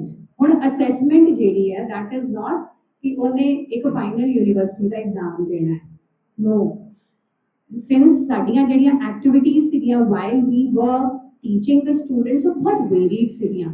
ਅਸੀਂ ਉਹਨਾਂ ਨੂੰ ਇਸ ਲਈ ਨਹੀਂ ਪੜ੍ਹਾਇਆ ਕਿ ਉਹਨਾਂ ਨੇ ਐਂਡ ਦੇ ਵਿੱਚ ਇੱਕ ਥਿਊਰੀ ਦਾ ਪੇਪਰ ਦੇਣਾ ਹੈ। ਅਸੀਂ ਉਹਨਾਂ ਨੂੰ ਕੁਝ ਐਸਪੈਕਟਸ ਥਿਓਰੈਟੀਕਲੀ ਜਿਹੜੀਆਂ ਦੱਸਣੀਆਂ ਸੀ ਉਹ ਕਰਵਾਈਆਂ ਨੇ, ਕਾਫੀ ਕੁਝ ਉਹਦੇ ਵਿੱਚ ਪ੍ਰੈਕਟੀਕਲ ਸੀਗਾ which needed to be achieved in behavioral aspect ਕਿ ਬੱਚੇ ਉਹ ਕਰ ਪਾਉਣ। ਸੋ ਉਹਦੇ ਲਈ ਐਜ਼ ਅ ਟੀਚਰ ਤੁਸੀਂ ਦੇਖੋ ਜਿਹੜਾ ਇਹ ਇੱਕ ਸਰਕੂਲਰ ਜਿਹੜਾ ਤੁਹਾਨੂੰ ਦਿਖ ਰਿਹਾ ਹੋਏਗਾ ਕਿ ਗਰੁੱਪ ਡਿਸਕਸ਼ਨਸ ਟੀਚਰ ਨੇ ਕਰਵਾਈਆਂ। ਲੈਟਸ ਸੇ ਸੈਕਸ਼ਨ ਏ ਦੇ ਵਿੱਚ 2 ਟੌਪਿਕ ਮੈਨੂੰ ਲੱਗੇ ਕਿ ਮੈਂ ਗਰੁੱਪ ਡਿਸਕਸ਼ਨ ਕਰਵਾਉਣੀ, ਮੈਂ ਗਰੁੱਪਸ ਬਣਾ ਲਏ ਬੱਚਿਆਂ ਦੇ ਤੇ ਉਹਨਾਂ ਨੂੰ ਇੱਕ ਹਫ਼ਤਾ ਪਹਿਲਾਂ ਇਨਫੋਰਮ ਕਰਤਾ ਕਿ ਨੈਕਸਟ ਵੀਕ ਤੁਸੀਂ ਜਿਹੜਾ ਹੈ ਇਸ ਟੌਪਿਕ ਤੇ ਗਰੁੱਪ ਡਿਸਕਸ਼ਨ ਦੇਣੀ। ਸੋ ਆਈ ਅਸੈਸਡ ਦ ਗਰੁੱਪ ਡਿਸਕਸ਼ਨ ਕਿ ਔਰ ਉਹਦੀ ਉਹ ਮਾਰਕਸ ਮੈਂ ਜੋੜਾਂਗੀ while I will be giving them assessment। then maybe ਕੁਝ ਚੀਜ਼ਾਂ ਦੀ ਮੈਨੂੰ ਲੱਗਾ ਮੈਂ ਅਸਾਈਨਮੈਂਟ ਦੇਣੀ ਹੈ, some other kinds of assessment, maybe ਕੋਈ quiz ਬਣਾਇਆ ਹੈ। so after now this is happening across the whole semester। ਮੇਰੇ ਕੋਲ syllabi ਹੈਗਾ ਹੈ before the beginning of the semester I have planned all of this thing ਕਿ ਮੇਰੇ course ਦੀ requirement ਆ ਹੈ, ਆ ਐਕਟੀਵਿਟੀਜ਼ ਦੇ ਨਾਲ ਮੈਂ ਉਹਨੂੰ ਅਚੀਵ ਕਰਨਾ ਹੈ and continuously I am checking my students on these and then if the outcome is attained then we move forward, otherwise we may go back and repeat certain things। ਇੱਕ ਬੱਚੇ ਦੀ ਮੈਂ communication skill ਦੀ ਜਿਹੜੀ ਹੈ presentation ਲੈ ਰਹੀ ਹਾਂ, let's say BEd ਦੇ ਵਿੱਚ ਇੱਕ ਕੋਰਸ ਹੈਗਾ ਕਮਿਊਨੀਕੇਸ਼ਨ ਸਕਿੱਲ। ਹੁਣ ਉਹ ਸਟੂਡੈਂਟ ਆਉਂਦਾ ਹੈ, ਉਹਦੀ ਪਾਵਰ ਪੁਆਇੰਟ ਪ੍ਰਿਪੇਅਰਡ ਹੈ, ਪਰ ਜਦੋਂ ਸਟੇਜ ਤੇ ਖੜਾ ਹੁੰਦਾ ਹੈ is not able to speak. So ਇੱਕ ਤਰੀਕਾ ਹੈ ਕਿ ਓਕੇ ਬੱਚੇ ਨੇ ਨਹੀਂ ਪਰਫਾਰਮ ਕੀਤਾ, I give him the minimum assessment and I move forward. The other way out is, since the learning outcome is not achieved, क्योंकि वो बच्चे ने तब बोल ही नहीं पाया, ये टीचर किस तरह बढ़ेगा, I give the required feedback to that student कि बेटा इन्हां चीज़ां ते work out कर, I will give you a week's time, ठीक है, I will assist that student in achieving that learning outcome.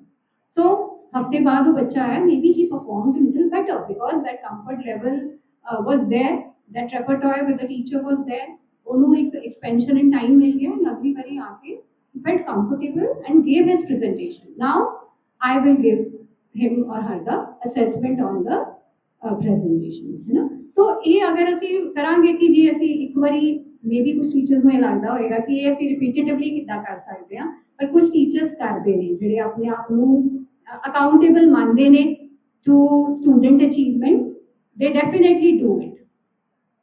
So after that we have the cumulative ਜਿਹੜੇ ਆਪਾਂ ਇੰਟਰਨਲ ਅਸੈਸਮੈਂਟ ਜਾਂ ਅਸੈਸਮੈਂਟ ਜਿਹੜੀ ਆਪਾਂ ਕਰਦੇ ਹਾਂ, ਫਿਰ ਉਹਦੀ ਲਾਈਟ ਵਿੱਚ ਆਪਾਂ ਦੇਖਦੇ ਹਾਂ ਕਿ ਸਾਡੇ ਕੋਰਸ ਆਊਟਕਮਸ ਅਚੀਵ ਹੋਏ ਨੇ, ਪ੍ਰੋਗਰਾਮ ਆਊਟਕਮਸ ਅਚੀਵ ਹੋਏ ਨੇ।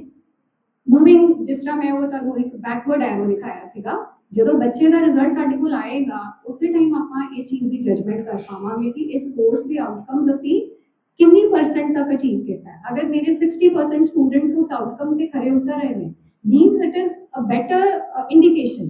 ਬਟ ਅਗਰ ਮੈਨੂੰ ਲੱਗਦਾ ਹੈ ਕਿ ਇੱਕ ਪਾਰਟਿਕੂਲਰ ਆਊਟਕਮ ਜਿਹੜੀ ਮੈਜੋਰਿਟੀ ਬੱਚਿਆਂ ਨੇ ਨਹੀਂ ਅਚੀਵ ਕੀਤੀ, which means it might need some revision, ਠੀਕ ਹੈ। ਸੋ ਇਸ ਤਰ੍ਹਾਂ ਕਰਦੇ ਹੋਏ we make it, this is a process how we are going to implement it at a broader level.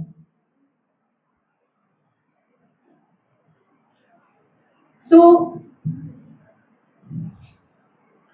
this is ਜਦੋਂ ਅਸੀਂ ਇਹਨੂੰ ਇੰਪਲੀਮੈਂਟ ਕਰਦੇ ਆ, ਜਿਹੜੀ ਸਾਡੀ ਆਊਟਕਮ ਬੇਸਡ ਐਜੂਕੇਸ਼ਨ ਹੈ, ਜਿਵੇਂ ਸਾਡੇ ਕੋਲ ਸਿਲੇਬਸ ਆ ਗਿਆ before the start of semester, faculty competency based on domain knowledge, ਯਾਨੀ ਕਿ ਕਈ ਵਾਰ ਸਾਨੂੰ ਕੀ ਹੁੰਦਾ ਹੈ, ਫੈਕਲਟੀ ਮੈਂਬਰਸ ਕੁਝ ਐਸੇ ਸਬਜੈਕਟਸ ਮਿਲ ਜਾਂਦੇ ਨੇ ਜਿਹਦੇ ਵਿੱਚ ਸਾਨੂੰ ਆਪਣੀ ਕੰਪੀਟੈਂਸੀ ਨਹੀਂ ਲੱਗਦੀ, ਪਰ ਸਾਨੂੰ ਕਹਿਤਾ ਜਾਂਦਾ ਕਿ ਤੁਸੀਂ ਇਹਨੂੰ ਪੜ੍ਹਾਉਣਾ ਹੈ। ਸੋ ਉਹ ਜਸਟਿਸ ਨਹੀਂ ਹੋ ਪਾਉਂਦਾ, ਉੱਥੇ ਉਹ ਆਊਟਕਮਸ ਅਚੀਵ ਨਹੀਂ ਹੁੰਦੇ। ਸੋ ਜਦੋਂ ਅਸੀਂ ਇਸ ਸਿਸਟਮ ਨੂੰ ਇੰਪਲੀਮੈਂਟ ਕਰਨਾ ਹੈ, ਸਭ ਤੋਂ ਪਹਿਲਾਂ ਸਾਨੂੰ ਇਹ ਧਿਆਨ ਰੱਖਣਾ ਪਏਗਾ ਕਿ ਫੈਕਲਟੀ ਦੀ ਕੰਪੀਟੈਂਸ ਕੀ ਹੈ। ਉਹ ਫੈਕਲਟੀ ਦਾ ਇੱਕ ਕੋਰਸ ਪ੍ਰੈਫਰੈਂਸ ਫਾਰਮ ਹੋਣਾ ਚਾਹੀਦਾ ਕਿ ਮੈਂ ਸਬਜੈਕਟਸ ਲੈਣੇ, ठीक है। Some universities are implementing it. Then course the allotment based on the competence. Somebody might be very good in giving some theoretical explanation to some concepts, and some might be very good at programming. So identifying certain competencies of your faculty members and allotting them the courses accordingly is very important. ਅਸੀਂ ਹਰ faculty member ਤੋਂ similar outcome ਕਈ ਵਾਰ ਨਹੀਂ achieve ਕਰ ਸਕਦੇ। ਸੋ ਜਿਵੇਂ collaboration ਦੀ ਗੱਲ ਕੀਤੀ ਹੈ, ਇੱਥੇ ਕੋਲੈਬੋਰੇਸ਼ਨ ਬਹੁਤ ਇੰਪੋਰਟੈਂਟ ਹੈ। Then to achieve those outcomes, the teacher ਜਾਂ ਫੈਕਲਟੀ ਮੈਂਬਰ ਜਿਹਨੇ ਉਸ ਕੋਰਸ ਨੂੰ ਪੜ੍ਹਾਉਣਾ ਹੈ, ਉਹ ਇੱਕ ਆਪਣੀ ਫਾਈਲ ਤਿਆਰ ਕਰਦਾ ਹੈ ਕਿ over the semester these are all the requirements which are to be achieved. This is the way how I am going to teach. These are my plans. These are the strategies which I am going to follow. This is how students are going to be assessed. And then timetable is prepared as per the academic calendar. Then during the semester, we achieve the targets of the syllabus. कि जी ऐसी let's say first month ਦੇ ਵਿੱਚ ਇੰਨਾ percentage syllabus ਜਿਹੜਾ ਹੈ complete ਕਰਨਾ ਹੈ। We follow the innovative pedagogical strategies ਜਿਹੜੀਆਂ ਤੁਸੀਂ ਆਉਣ ਵਾਲੇ ਸਮੇਂ ਦੇ ਵਿੱਚ ਕਿਸੇ ਲੈਕਚਰਸ ਵਿੱਚ ਸਿੱਖੋਗੇ। Then continuously we are evaluating our students during the semester. Then we are ensuring that slow learners ਜਿਹੜੇ ਨੇ, learners ਜਿਹੜੇ ਇਸ ਸਿਸਟਮ ਨਾਲ ਕੋਪ ਅਪ ਨਹੀਂ ਕਰ ਰਹੇ, ਉਹਨਾਂ ਨੂੰ ਆਈਡੈਂਟੀਫਾਈ ਕੀਤਾ ਜਾਏ ਐਂਡ ਉਹਨਾਂ ਨੂੰ ਰੈਲੇਵੈਂਟ ਰੈਮੇਡੀ ਦਿੱਤੀ ਜਾਏ, ਤਾਂ ਹੀ ਆਊਟਕਮਸ ਜਿਹੜੀਆਂ ਨੇ ਉਹ ਵੈਲਿਡ ਹੋਣਗੀਆਂ। ਅਗਰ ਅਸੀਂ ਸਿਰਫ ਕੁਝ ਬੱਚਿਆਂ ਦੇ ਉੱਤੇ ਆਪਣਾ ਫੋਕਸ ਰੱਖਿਆ ਕਿ ਜਿਹੜੇ ਕੁਝ ਲਰਨਰਸ ਵੈਸੇ ਹੀ ਰਹਿ ਗਏ, then the outcome of overall outcome of the program ਜਾਂ course will not be achieved. So during the semester ਇਹ ਕੁਝ ਰੋਲਸ ਨੇ ਜਿਹੜੇ ਬ੍ਰੌਡਲੀ ਸਾਨੂੰ ਦੇਖਣੇ ਚਾਹੀਦੇ ਨੇ ਕਿ ਪੜ੍ਹਾਉਂਦੇ ਹੋਏ ਅਸੀਂ ਕਿਹੜੀਆਂ ਸਟ੍ਰੈਟਜੀਜ਼ ਯੂਜ਼ ਕਰਨੀਆਂ ਆਪਣੇ ਬੱਚੇ ਨੂੰ ਅਸੈਸ ਕਰਦੇ ਹੋਏ ਵੀਕ ਸਟੂਡੈਂਟਸ ਨੂੰ ਆਇਡੈਂਟੀਫਾਈ ਕਰਨਾ ਹੈ ਐਂਡ ਉਹਨਾਂ ਨੂੰ ਉਸ ਪਰਟੀਕੂਲਰ ਡਿਜ਼ਾਇਰਡ ਲੈਵਲ ਤੇ ਲੈ ਕੇ ਜਾਣਾ ਹੈ। Then at the end of semester, these, as we all know, conducting examination, assessment. So now we have come to an end.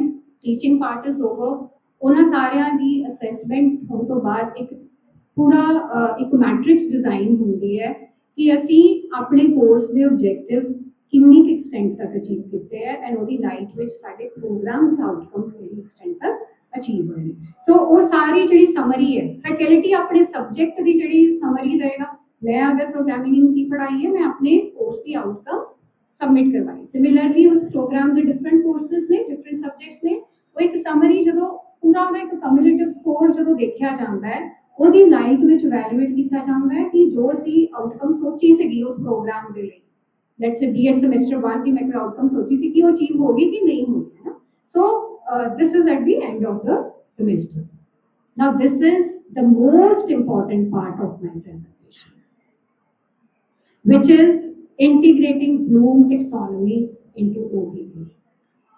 It is Bloom taxonomy which is going to help us achieve those outcomes, design those outcomes, help teachers to take directions कि जी ਅਸੀਂ ਕਿਹੜੀ light ਵਿੱਚ ਅਸੀਂ ਆਪਣਾ ਇੰਸਟਰਕਸ਼ਨਲ plan ਬਣਾਉਣਾ ਹੈ ਤਾਂ ਕਿ ਅਸੀਂ ਉਸ ਆਊਟਕਮ ਨੂੰ ਅਚੀਵ ਕਰ ਪਾਈਏ। ਬਿਕੋਜ਼ ਜਦੋਂ ਆਊਟਕਮ ਦੀ ਗੱਲ ਕਰਦੇ ਹਾਂ ਤਾਂ ਬਲੂਮ ਟੈਕਸੋਨੋਮੀ ਜਿਹੜੀ ਹੈ it is one of the most important thing to understand. ਜਿਹਨੇ ਆਬਜੈਕਟਿਵਸ ਪਲਾਨ ਕਰਨੇ ਲਿਖਣੇ ਹੈ ਚਾਹੇ ਉਹ ਕਰਿਕੂਲਮ ਡਿਜ਼ਾਈਨ ਕਰਨ ਵਾਲਾ ਹੈ ਤੁਸੀਂ ਐਜ਼ ਟੀਚਰਸ ਹੋ ਤੁਸੀਂ ਉਹਨੂੰ ਇੰਪਲੀਮੈਂਟ ਕਰਨਾ ਹੈ। ਰੋਜ਼ ਇੱਕ ਲੈਸਨ ਪੜ੍ਹਾਉਣ ਜਾਣਾ ਹੈ ਉਹ ਲੈਸਨ ਪੜ੍ਹਾਉਣ ਵੇਲੇ ਵੀ ਤੁਸੀਂ ਇਹਨੂੰ ਫੋਲੋ ਕਰ ਸਕਦੇ ਹੋ। ਅਸੀਂ ਬੀਐਡ ਦੇ ਸਟੂਡੈਂਟਸ ਜਦੋਂ ਲੈਸਨ ਪਲਾਨਸ ਬਣਾਉਂਦੇ ਨੇ एक पर्टिकुलर टॉपिक लेट्स से उन्होंने सिलेक्ट कर लिया। अगर मैं कंप्यूटर साइंस का कोई टॉपिक लगा तो लेट्स से उन्होंने ले लिया कि components of computer system because B.Ed students they are entitled to teach in schools, so उन्होंने टॉपिक्स थोड़े स्कूल लेवल पे होंगे। सो अगर उन्हें पढ़ाना है बच्चे ने कि what are the components of a computer system ते वो कुछ पहला इंस्ट्रक्शनल ऑब्जेक्टिव्स बनाते हैं। वो इंस्ट्रक्शनल ऑब्जेक्टिव्स लिखण का तरीका है जेड़ा ब्लूम्स बेंजामिन ब्लूम ने दिता हुआ है।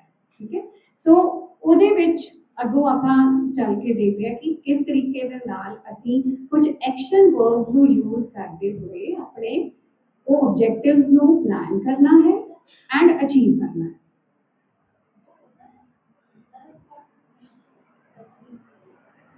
ਸੋ ਹੇਅਰ ਇਫ ਵੀ ਸੀ ਬਲੂਮਸ ਜਿਹੜੀ ਹੈ ਹੈਡ ਹਾਰਟ ਐਂਡ ਹੈਂਡ ਦੀ ਗੱਲ ਕਰ ਰਹੀ ਹੈ। ਠੀਕ ਹੈ head is the cognitive dimension ਜਿੱਥੇ ਤੁਸੀਂ ਐਸ ਟੀਚਰ ਬੱਚਿਆਂ ਨੂੰ ਚੀਜ਼ਾਂ ਪੜ੍ਹਾਉਂਦੇ ਆ ਤੇ ਬੱਚੇ ਜਿਹੜੇ ਨੇ they are able to maybe learn those concepts, recall them at a later stage, they are able to differentiate between different things. So वो cognitive level आ गया ਜਿਹੜੀ ਇੱਕ knowledge based domain है। फिर आ ਜਾਂਦਾ है affective domain। affective domain ਜਿਹੜੀ ਹੈ ਡੀਲ ਕਰਦੀ ਹੈ with values ਜਿੱਥੇ ਸਰ ਉਹਨਾਂ ਨੇ ਕਿਹਾ ਕਿ ਅਸੀਂ good humans ਬਣਾਉਣੇ ਹੈ ਅਸੀਂ machines ਨਹੀਂ ਬਣਾ ਰਹੇ we want good humans। ठीक है सो ਉਹਦੇ ਲਈ we want ਕਿ ਪੜਾਉਂਦੇ ਹੋਏ ਟੀਚਰ ਨੇ ਉਹ ਐਪਰੋਪਰੀਏਟ ਐਟੀਟਿਊਡ ਤੇ ਵੈਲਿਊ ਡਿਵੈਲਪ ਕਰਨੀ ਹੈ ਬੱਚੇ ਦੇ ਵਿੱਚ। then comes the hand। hand is the skill ਜੋ ਉਹਨੇ ਪੜਿਆ ਹੈ ਉਹਨੂੰ ਅਪਲਾਈ ਕਰਨਾ। ਠੀਕ ਹੈ ਸੋ ਇਹ ਤਿੰਨ ਡੋਮੇਨਸ ਨੇ ਜਿਹੜੀਆਂ ਬਲੂਮਸ ਨੇ ਦਿੱਤੀਆਂ। ਜਦੋਂ ਅਸੀਂ ਐਜ਼ ਟੀਚਰ ਪਹਿਲਾਂ ਤਾਂ ਜਿਹਨੇ ਕੋਰਸ ਪਲਾਨ ਕੀਤਾ ਉਹਨੇ ਆਊਟਕਮਸ ਇਹਨਾਂ ਤਿੰਨਾਂ ਚੀਜ਼ਾਂ ਨੂੰ ਮਾਈਂਡ 'ਚ ਰੱਖਦੇ ਹੋਏ ਬਣਾਉਣੀਆਂ ਨੇ। ਟੀਚਰ ਜਦੋਂ ਕਲਾਸ 'ਚ ਪੜ੍ਹਾਉਣ ਜਾ ਰਿਹਾ ਹੈ ਉਹਨੇ ਆਪਣਾ ਲੈਸਨ ਪੜ੍ਹਾਉਣ ਤੋਂ ਪਹਿਲਾਂ ਇਹਨਾਂ ਤਿੰਨਾਂ ਡੋਮੇਨਸ ਨੂੰ ਮਾਈਂਡ ਵਿੱਚ ਰੱਖਣਾ ਹੈ। ਇਹਦੇ ਡਿਫਰੈਂਟ ਲੈਵਲਸ ਜਿਹੜੇ ਹੁਣ ਮੈਂ ਅੱਗੇ ਡਿਸਕਸ ਕਰਾਂਗੀ। ਸੋ ਜਿਹੜੀ ਪਹਿਲੀ ਕੋਗਨੀਟਿਵ ਡੋਮੇਨ ਹੈ ਇਹਦੇ ਜਿਹੜੇ ਲੈਵਲਸ ਨੇ ਲੋਐਸਟ ਲੈਵਲ ਤੇ ਰਿਮੈਂਬਰਿੰਗ ਹੈ ਕਿ ਬੱਚਾ ਸਿਰਫ ਯਾਦ ਕਰਦਾ ਹੈ ਤੇ ਉਹ ਰਿਕਾਲ ਕਰ ਲੈਂਦਾ ਜਦੋਂ ਅਸੀਂ ਉਹਨੂੰ ਪੁੱਛਿਆ ਉਹਨੇ ਦੱਸਤਾ। ਦੈਨ ਅੰਡਰਸਟੈਂਡ ਜੇ ਬੱਚੇ ਨੇ ਅੰਡਰਸਟੈਂਡ ਕੀਤਾ ਹੋਏਗਾ ਤੇ ਬੱਚਾ ਕਿਸੇ ਚੀਜ਼ ਉਹਨੂੰ ਕੰਪੇਅਰ ਕਰ ਪਾਏਗਾ ਕਿਸੇ ਹੋਰ ਚੀਜ਼ ਦੇ ਨਾਲ। ਠੀਕ ਹੈ ਐਂਡ ਜਿਹੜਾ ਅੰਡਰਸਟੈਂਡਿੰਗ ਦੇ ਨਾਲ ਕਈ ਵਾਰੀ ਜੇ ਮੈਥਸ ਵਾਲਾ ਟੀਚਰ ਇੱਕ ਸਵਾਲ ਦਿੰਦਾ ਹੈ ਉਹਦੇ ਰਿਲੇਟਡ ਕੋਈ ਹੋਰ ਸਵਾਲ ਅਗਰ ਤੁਸੀਂ ਦਿੰਦੇ ਹੋ ਕਿ ਉਹ ਬੱਚਾ ਕਰ ਪਾਉਂਦਾ, ਉਹਦੀ ਅੰਡਰਸਟੈਂਡਿੰਗ ਹੋਏਗੀ ਕਨਸੈਪਟ ਦੀ, ਤੇ ਉਹ ਸਵਾਲ ਦੂਸਰਾ ਵਾਲਾ ਕਰ ਲਏਗਾ। ਫਿਰ ਉਸ ਤੋਂ ਉੱਪਰ ਹੈ ਅਪਲਾਈ। ਹੁਣ ਉਹ ਰੀਅਲ ਲਾਈਫ 'ਚ ਅਗਰ ਉਹਨੂੰ ਇੱਕ ਸਿਚੁਏਸ਼ਨ ਦਿੱਤੀ ਗਈ ਹੈ, ਇਸ ਰੂਮ ਦੇ ਵਿੱਚ ਜਿਹੜੇ ਆ 3 ਡਾਇਮੈਂਸ਼ਨਸ ਨੇ, ਇਹਦੇ ਵਿੱਚ ਪਾਈਥਾਗੋਰਸ ਅਪਲਾਈ ਕਰਕੇ ਥਰਡ ਜਿਹੜਾ ਡਾਇਗਨਲ ਨਿਕਾਲਦੇ ਹੈ ਨਾ, ਸੋ ਉਹ ਅਪਲਾਈ ਆ ਗਿਆ।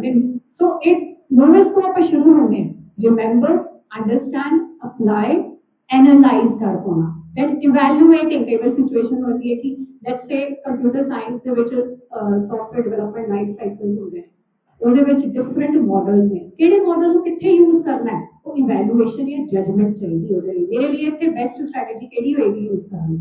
ਸੋ evaluating at the highest level is creating. ਜਿਹੜੀ ਆਊਟਕਮ ਬੇਸਡ ਐਜੂਕੇਸ਼ਨ ਹੈ, ਉਹਦਾ ਫੋਕਸ ਉੱਪਰਲੇ 4 ਲੈਵਲਸ ਤੇ, नीचे वाले लेवल्स पे ਆਪਾਂ ਹੁਣ ਤੱਕ ਕੰਮ ਕਰਦੇ ਆਏ ਹਾਂ ਕਿ ਬੱਚੇ ਨੇ ਯਾਦ ਕਰ ਲਿਆ, ਉਹਨੇ ਪੇਪਰ 'ਚ ਲਿਖਤਾ ਤੇ ਅੱਛੇ ਨੰਬਰ ਆ ਗਏ। ਬਟ ਹੁਣ ਜਿਹੜੀ ਗੱਲ ਹੋ ਰਹੀ ਹੈ that is on achieving those upper levels of that cognitive domain, ਜਿਹਦੇ ਵਿੱਚ ਕਿਹੜੇ ਆ ਗਏ, applying, analyzing, evaluating and creating। ਸੋ ਜਿਵੇਂ ਸਰ ਨੇ ਵੀ ਸਵੇਰੇ 4 C's ਦੀ ਗੱਲ ਕੀਤੀ ਹੈ, ਅੱਜ ਦੇ ਲਰਨਰ ਦੀ ਰਿਕੁਆਇਰਮੈਂਟ ਹੈ ਕਿ ਉਹ ਕ੍ਰੀਏਟਿਵ ਹੋਵੇ, ਉਹਦੇ ਵਿੱਚ ਅੱਛੇ ਕਮਿਊਨੀਕੇਸ਼ਨ ਸਕਿੱਲਸ ਹੋਣ, ਉਹ ਕੋਲੈਬੋਰੇਟ ਕਰ ਸਕੇ ਐਂਡ ਉਹਦੇ ਹਾਈ ਆਰਡਰ ਕੋਗਨੀਟਿਵ ਸਕਿੱਲਸ ਹੋਣ, ਤਾਂ ਹੀ ਉਹ ਨਵੀਆਂ ਚੀਜ਼ਾਂ ਸਿੱਖ ਸਕਦਾ ਹੈ, ਲਰਨ ਰੀਲਰਨ ਕਰ ਸਕਦਾ ਹੈ। So now whenever we are teaching to our students, ਅਸੀਂ ਆਊਟਕਮ ਕਿੱਦਾਂ ਅਚੀਵ ਕਰਨੀ ਹੈ, ਜੇ ਅਸੀਂ ਉੱਪਰਲੇ ਲੈਵਲਸ ਤੇ ਫੋਕਸ ਕਰਾਂਗੇ। ਸਿਰਫ ਪੜ੍ਹਾ ਕੇ ਡਿਸਕਸ ਕਰਕੇ ਕਿ ਉਹ ਪੇਪਰ 'ਚ ਉਸ ਚੀਜ਼ ਨੂੰ ਵੋਮਿਟ ਆਊਟ ਕਰ ਦੇਣ, that is not the present scenario। We want to bring this change ਕਿ ਬੱਚੇ ਜਿਹੜੇ ਹੈ ਇਸ ਤੋਂ ਉੱਪਰਲੇ ਲੈਵਲਸ ਦੀਆਂ ਆਊਟਕਮਸ ਅਚੀਵ ਕਰਨ। Then comes the affective domain, which includes lowest level के receiving। ਤੁਸੀਂ ਜਿਵੇਂ ਸਾਰੇ ਬੈਠੇ ਹੋ, are you ready to receive what somebody wants to say? So value ਕਦੋਂ ਕਿਸੇ ਚੀਜ਼ ਦੀ ਡਿਵੈਲਪ ਹੋਏਗੀ, ਜਦੋਂ ਜਿਹਨੂੰ ਤੁਸੀਂ ਪੜ੍ਹਾ ਰਹੇ ਹੋ ਉਹ ਇਸ ਸਟੇਟ ਆਫ ਮਾਈਂਡ ਹੈ ਕਿ ਤੁਹਾਨੂੰ ਸੁਣ ਰਿਹਾ ਹੈ, ਠੀਕ ਹੈ। ਫਿਰ ਰਿਸਪੌਂਡ, ਤੁਸੀਂ ਉਹਨੂੰ ਕੁਝ ਪੁੱਛ ਰਹੇ ਹੋ, ਤੁਹਾਨੂੰ ਜਵਾਬ ਦੇ ਰਿਹਾ ਹੈ, ਠੀਕ ਹੈ। ਵੈਲਿਊਇੰਗ, ਉਹਨੇ ਜੋ ਤੁਸੀਂ ਉਹਨੂੰ ਦੱਸਿਆ ਉਹਦੀ ਵੈਲਿਊ ਕੀਤੀ ਹੈ, ਠੀਕ ਹੈ। Then organising, making internalising within oneself, making it a part of your behaviour. ਹੁਣ ਇੱਥੇ ਮੈਂ ਇੱਕ ਐਗਜ਼ਾਮਪਲ ਨਾਲ ਐਕਸਪਲੇਨ ਕਰਨਾ ਚਾਹੂੰਗੀ। एनवायरमेंट एजुकेशन ਅਸੀਂ ਕਿੰਨੇ ਸਾਲਾਂ ਤੋਂ ਬੱਚਿਆਂ ਨੂੰ ਪੜ੍ਹਾ ਰਹੇ ਹਾਂ, ਸੋ ਉਸ ਹਿਸਾਬ ਦੇ ਨਾਲ ਤਾਂ ਸਾਡਾ এনवायरमेंट ਬਹੁਤ ਸਾਫ ਸੁਥਰਾ ਹੋਣਾ ਚਾਹੀਦਾ ਹੈ, ਸਕੂਲ ਲੈਵਲ ਤੇ ਵੀ ਪੜ੍ਹਾਈ ਜਾ ਰਹੀ ਹੈ, ਕਾਲਜ ਲੈਵਲ ਤੇ ਵੀ ਪੜ੍ਹਾਈ ਜਾ ਰਹੀ ਹੈ, ਬਟ ਨਹੀਂ ਹੈ ਸਾਫ। Why? Because maybe cognitive level ਦੇ ਅਸੀਂ ਲੋਅਰ ਲੈਵਲਸ ਅਚੀਵ ਕਰ ਰਹੇ, ਬੱਚੇ ਨੇ এনवायरमेंट ਐਜੂਕੇਸ਼ਨ ਪੜ੍ਹੀ, ਉਹਦਾ ਕੁਝ ਐਗਜ਼ਾਮ ਸੀ, ਉਹਨੇ ਅਟੈਂਪਟ ਕੀਤਾ, ਉਹਦੇ ਨੰਬਰ ਆ ਗਏ, so we feel yes the goal is accomplished, but no, we did not work on the affective domain, ਜਿੱਥੇ ਉਹ ਬੱਚੇ ਨੂੰ ਪਤਾ ਲੱਗੇ ਕਿ ਮੇਰੇ ਲਈ ਕਿੰਨਾ ਕ੍ਰੂਸ਼ੀਅਲ ਹੈ। एनवायरमेंटल ਜਿਹੜੇ ਇਸ਼ੂਜ਼ ਨੇ ਉਹਨਾਂ ਨੂੰ ਜੋ ਅਗਰ ਟੀਚਰ ਉਸ ਤਰੀਕੇ ਨਾਲ ਅਫੈਕਟਿਵ ਡੋਮੇਨ ਤੇ ਆ ਕੇ ਪੜ੍ਹਾਏਗੀ ਤੇ ਉਹ ਬੱਚਿਆਂ 'ਚ ਵੈਲਿਊ ਡਿਵੈਲਪ ਹੋਏਗੀ ਕਿ ਮੈਂ ਅਗਰ ਪਲਾਸਟਿਕ ਬੈਗਸ ਨਹੀਂ ਯੂਜ਼ ਕਰਨੇ, why am I not going to use it. ਉਹਦੇ ਕੈਰੈਕਟਰ ਦਾ ਉਹ ਪਾਰਟ ਬਣੇਗਾ, ਉਹ ਕਦੇ ਵੀ ਪਲਾਸਟਿਕ ਬੈਗਸ ਯੂਜ਼ ਨਹੀਂ ਕਰੇਗਾ ਅਗਰ ਅਫੈਕਟਿਵ ਡੋਮੇਨ ਦਾ ਲੈਵਲ ਟੀਚਰ ਨੇ ਕਲਾਸ ਵਿੱਚ ਅਚੀਵ ਕੀਤਾ ਹੈ, ਠੀਕ ਹੈ। Here heart will be involved, value will be there। then comes the skill ਦੇ ਵਿੱਚ ਜ਼ਿਆਦਾਤਰ hands on activities ਆ ਜਾਂਦੀ ਹੈ ਕਿ ਜੋ ਅਸੀਂ ਸਿੱਖਿਆ ਕੀ ਅਸੀਂ ਉਹਨੂੰ ਰੀਅਲ ਲਾਈਫ ਸਿਚੁਏਸ਼ਨਸ ਦੇ ਵਿੱਚ ਪਰਫਾਰਮ ਕਰ ਪਾ ਰਹੇ ਹਾਂ। ਜਿਹਦੇ ਵਿੱਚ ਕੀ ਹੁੰਦਾ, ਜਦੋਂ ਅਸੀਂ ਕੋਈ ਵੀ ਸਕਿੱਲ ਸਿਖਾਉਣੀ ਹੈ ਬੱਚੇ ਨੂੰ ਤੇ ਸਭ ਤੋਂ ਪਹਿਲਾ ਬੇਸਿਕ ਸਟੈਪ ਕੀ ਹੈ, ਇਮੀਟੇਟ ਕਰਨਾ ਹੈ। ਬੱਚਾ ਟੀਚਰ ਪਰਫਾਰਮ ਕਰ ਰਹੀ ਹੈ, ਬੱਚਾ ਨੂੰ ਦੇਖ ਕੇ ਕਰ ਰਿਹਾ ਹੈ। ਉਸ ਤੋਂ ਉੱਪਰਲਾ ਲੈਵਲ ਕੀ ਆ ਗਿਆ ਕਿ ਉਹ ਇੰਡੀਪੈਂਡੈਂਟਲੀ ਕਰ ਰਿਹਾ, ਹੁਣ ਟੀਚਰ ਨਹੀਂ ਇਨਵੋਲਵ, ਟੀਚਰ ਨੇ ਟਾਸਕ ਦਿੱਤਾ ਤੇ ਉਹ ਮੈਨੀਪੂਲੇਟ ਕਰਕੇ ਖੁਦ ਕਰ ਰਿਹਾ। फिर उस तो बाद precision is the level of accuracy ਜਿਹਦੇ ਨਾਲ ਉਹ ਬੱਚਾ ਟਾਸਕ ਪਰਫਾਰਮ ਕਰ ਰਿਹਾ ਹੈ। ਦੈਨ ਆਰਟੀਕੂਲੇਸ਼ਨ ਇਸ ਕਿ ਹੁਣ ਸਿਚੁਏਸ਼ਨ ਹੀ ਅਸੀਂ ਚੇਂਜ ਕਰਤੀ, ਜੋ ਉਹਨੇ ਸਿੱਖਿਆ ਸੀ ਉਹਨੂੰ ਨਵੀਂ ਸਿਚੁਏਸ਼ਨ 'ਚ ਆਪਣਾ ਇੱਕ ਐਕਸਟਰਾ ਇਨਪੁਟ ਦੇ ਕੇ ਉਹਨੇ ਕੋਈ ਚੀਜ਼ ਬਣਾਈ ਹੈ, ਠੀਕ ਹੈ। ਐਂਡ ਦੈਨ ਨੈਚੁਰਲਾਈਜੇਸ਼ਨ ਕਿ ਉਹ ਬਿਹੇਵੀਅਰ ਦਾ ਇਸ ਤਰ੍ਹਾਂ ਦਾ ਪਾਰਟ ਬਣ ਗਿਆ ਕਿ ਹੁਣ ਉਹ ਨੈਚੁਰਲੀ ਕਰ ਪਾ ਰਿਹਾ ਹੈ, ਠੀਕ ਹੈ। ਐਜ਼ ਲੇਡੀਜ਼ ਦੇयर ਆਰ ਮੈਨੀ ਲੇਡੀਜ਼ ਇਨ ਦਿਸ ਹਾਲ। ਅਗਰ ਅਸੀਂ ਦੇਖੀਏ ਇਨੀਸ਼ੀਅਲੀ ਜਦੋਂ ਅਸੀਂ ਕੁਕਿੰਗ ਸਿੱਖਦੇ ਹਾਂ, ਠੀਕ ਹੈ, very basic part of our daily life, so ਉਹਦੇ ਵਿੱਚ ਅਸੀਂ ਪਹਿਲਾਂ ਸ਼ਾਇਦ ਕਾਪੀ ਕਰਦੇ ਹਾਂ, ਠੀਕ ਹੈ। ਫਿਰ ਉਹਨੂੰ ਇੰਡੀਪੈਂਡੈਂਟ ਇੱਕ ਦਿਨ ਤਾਂ ਦੇਖ ਕੇ ਵੀਡੀਓ ਕੋਈ ਚੀਜ਼ ਬਣਾਈ ਹੈ, ਫਿਰ ਅਸੀਂ ਉਹਨੂੰ ਬਿਨਾਂ ਦੇਖ ਕੇ ਬਣਾਉਂਦੇ ਆ। We then have that precision level. Our mothers ਜਿਹੜੀਆਂ ਨੇ ਉਹ ਕਈ ਵਾਰੀ ਉਹ ਅੰਦਾਜ਼ੇ ਨਾਲ ਹੀ ਚੀਜ਼ਾਂ ਵਿੱਚ ਪਾਈ ਜਾਂਦੇ ਨੇ, ਠੀਕ ਹੈ, ਐਂਡ ਅਸੀਂ ਚਮਚ ਲੈ ਕੇ ਪਾ ਰਹੇ ਹੁੰਦੇ ਆ, ਹੈ ਨਾ। So that is it has become they have achieved the naturalisation level, ਠੀਕ ਹੈ। ਸੋ ਉਹੀ ਚੀਜ਼ ਅਗਰ ਅਸੀਂ ਆਪਣੀ ਟੀਚਿੰਗ 'ਚ ਦੇਖੀਏ ਕਿ ਅਸੀਂ ਇਹ ਤਿੰਨੋਂ ਡੋਮੇਨਸ ਨੂੰ ਇਕੱਠੇ ਲੈ ਕੇ ਚੱਲਣਾ ਹੈ। ਦੋ ਮੇਜਰ ਜਿਹੜਾ ਕੋਰਸ ਆਊਟਕਮਸ ਡਿਜ਼ਾਈਨ ਕਰਨ ਵੇਲੇ ਧਿਆਨ 'ਚ ਦਿੱਤਾ ਜਾਂਦਾ ਹੈ ਉਹ ਕੋਗਨੀਟਿਵ ਦੇ ਉੱਪਰ ਵਾਲੇ ਲੈਵਲਸ ਜਿਹੜੇ ਨੇ applying, analysing, evaluating and creating. But as ਜੇ ਅਸੀਂ ਦੇਖੀਏ ਰਿਕੁਆਇਰਮੈਂਟ, ਅੱਜ ਸਾਨੂੰ ਅੱਛੇ ਹਿਊਮਨਸ ਬਣਾਉਣ ਦੀ ਵੀ ਲੋੜ ਹੈ, ਠੀਕ ਹੈ। ਸਰ ਉਹਨਾਂ ਨੇ ਵੈਰੀ ਰਾਈਟਲੀ ਇਹ ਕਿਹਾ ਕਿ ਅਸੀਂ ਮਸ਼ੀਨਸ ਨਹੀਂ ਬਣਾਉਣੀਆਂ, ਉਹਦੇ ਲਈ ਟੀਚਰ ਨੇ ਹੀ ਕੰਮ ਕਰਨਾ ਹੈ।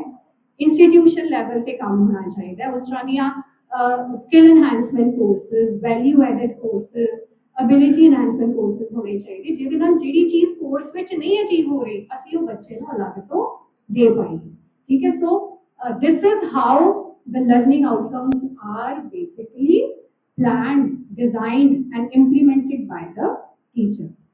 ਇਹ ਐਕਸ਼ਨ ਵਰਬਸ ਨੇ। ਹੁਣ ਤੱਕ ਅਸੀਂ ਲੈਵਲਸ ਦੇਖੇ ਕਿ ਕੋਗਨੀਟਿਵ ਦੇ ਇਹ ਲੈਵਲਸ ਨੇ, ਅਫੈਕਟਿਵ ਡੋਮੇਨ ਐਟੀਟਿਊਡ ਜਾਂ ਵੈਲਿਊ ਸਿਸਟਮ ਬਿਲਡ ਕਰਨਾ ਉਹਦੇ ਇਹ ਲੈਵਲਸ ਨੇ, ਸਕਿੱਲ ਡਿਵੈਲਪ ਕਰਨਾ ਦੇ ਇਹ ਲੈਵਲਸ ਨੇ। ਇਹ ਕੁਝ ਐਕਸ਼ਨ ਵਰਬਸ ਨੇ। ਐਕਸ਼ਨ ਵਰਬਸ ਕਦੋਂ ਕੰਮ ਆਉਂਦੇ? ਜਦੋਂ ਅਸੀਂ ਆਬਜੈਕਟਿਵ ਨੂੰ ਲਿਖਣਾ ਹੈ। ਲਿਖਣਾ ਜਿਵੇਂ ਹੁਣ ਅਗਰ ਅਸੀਂ ਚਾਹੁੰਦੇ ਹਾਂ ਕਿ ਕਿਸੇ ਟੌਪਿਕ ਦੀ ਰਿਕੁਆਇਰਮੈਂਟ ਹੈ ਕਿ ਸਟੂਡੈਂਟ ਉਹਨੂੰ ਡਿਫਾਈਨ ਕਰਦਾ, ਜਿਵੇਂ the student will be able to define the concept of photosynthesis. So ਉਹ ਮੇਰਾ ਰਿਮੈਂਬਰਿੰਗ ਲੈਵਲ ਆਬਜੈਕਟਿਵ ਹੋ ਗਿਆ, ਠੀਕ ਹੈ। ਉਸ ਤੋਂ ਬਾਅਦ understanding, student will be able to compare the characteristics of shrubs and herbs, let's say, ठीक है। so वो understanding level ਦਾ objective ਹੋ ਗਿਆ। so objectives ਜਦੋਂ ਅਸੀਂ ਲਿਖਣੇ ਹੈ ਉਹਦੇ 'ਚ ਐਕਸ਼ਨ ਵਰਬ ਹੋਣਾ ਚਾਹੀਦਾ ਕਿ ਅਸੀਂ ਜਦੋਂ ਉਹ ਚੀਜ਼ ਅਕੰਪਲਿਸ਼ ਕਰਨੀ ਹੈ ਇੱਕ ਐਕਸ਼ਨ ਵਰਬ ਦੇ ਫਾਰਮ 'ਚ ਕਰਨੀ। ਕੀ ਕਰ ਪਾਏਗਾ ਸਟੂਡੈਂਟ ਜਦੋਂ ਮੈਂ ਟੌਪਿਕ ਪੜ੍ਹਾ ਕੇ ਕਲਾਸ 'ਚ ਬਾਹਰ ਨਿਕਲੂੰਗੀ? student will be able to write a program using control statements and programming in C, ठीक है। सो ਉਹ ਰਾਈਟ ਇੱਕ ਐਕਸ਼ਨ ਵਰਬ ਹੈ, ਠੀਕ ਹੈ। ਸੋ ਇਸੇ ਤਰੀਕੇ ਨਾਲ student will be able to design a software, let's say, for a real world situation, ठीक है। so different action verbs are used while we are writing the course outcomes or program outcomes। so ਇਹ different domains ਦੇ ਵਿੱਚ ਵੱਖਰੇ ਵੱਖਰੇ action verbs ਹੈਗੇ ਨੇ ਜਿਨ੍ਹਾਂ ਨੂੰ ਅਸੀਂ ਯੂਜ਼ ਕਰਕੇ ਆਬਜੈਕਟਿਵਸ ਨੂੰ ਲਿਖਦੇ।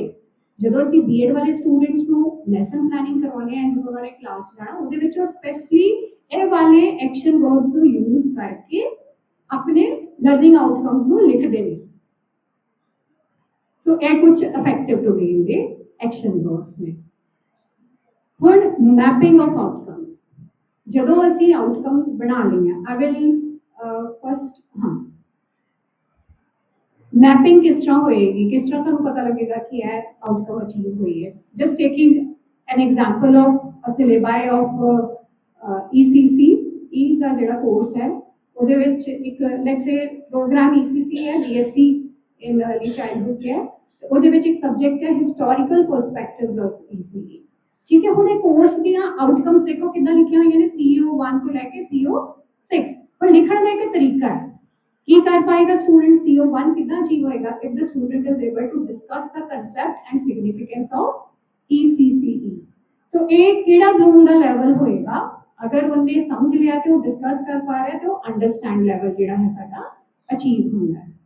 Similarly CO2 evaluate the impact of government initiatives. So ਇਹਦੇ ਵਿੱਚ ਕੀ ਆ ਗਿਆ?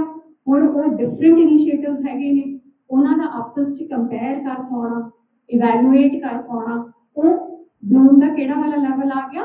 Evaluate. So this is where we need to work on. ਤੁਸੀਂ ਐਸ ਟੀਚਰਸ ਜਦੋਂ ਕਲਾਸ 'ਚ ਜਾਂਦੇ ਹੋ, ਕੋਰਸ ਦੇ ਆਊਟਕਮਸ ਹੋ ਸਕਦਾ ਕਈ ਵਾਰ ਦਿੱਤੇ ਹੁੰਦੇ ਨੇ, ਯੂਨੀਵਰਸਿਟੀ ਸਿਲੇਬਾਈ 'ਚ ਹੁੰਦੇ ਨੇ, ਠੀਕ ਹੈ। ਅਗਰ ਨਹੀਂ ਨੇ ਤੇ at times we can design them as per the requirement।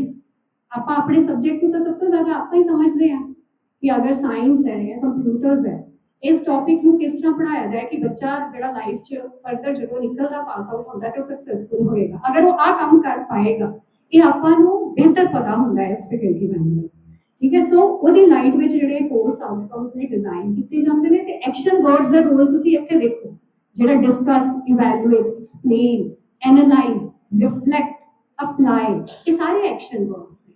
ਜਦੋਂ ਅਸੀਂ ਆਊਟਕਮਸ ਦੀ ਗੱਲ ਕਰਦੇ ਹਾਂ, ਚਾਹੇ ਉਹ ਪ੍ਰੋਗਰਾਮ ਲੈਵਲ ਦੀਆਂ ਨੇ ਚਾਹੇ ਕੋਰਸ ਲੈਵਲ ਦੀਆਂ ਨੇ, they need to be mentioned in some sort of action words and ਉਹ ਬਲੂਮ ਸਾਨੂੰ ਉਹਦੀ ਗਾਈਡੈਂਸ ਦਿੰਦਾ।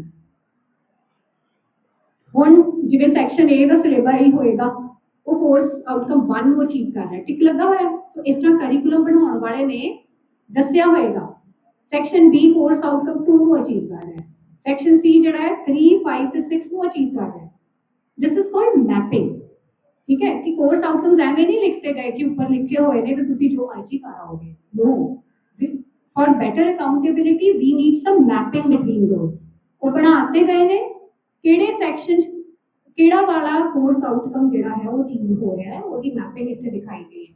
ਉਹਨੂੰ ਅਚੀਵ ਕਰਨ ਲਈ ਕਿਹੜੀਆਂ ਸਟ੍ਰੈਟਜੀਜ਼ ਬੈਸਟ ਹੋਣਗੀਆਂ ਤੇ ਉਹ ਇੱਥੇ ਦੇਖੋ ਨੀਚੇ ਮੈਂਸ਼ਨ ਨੇ।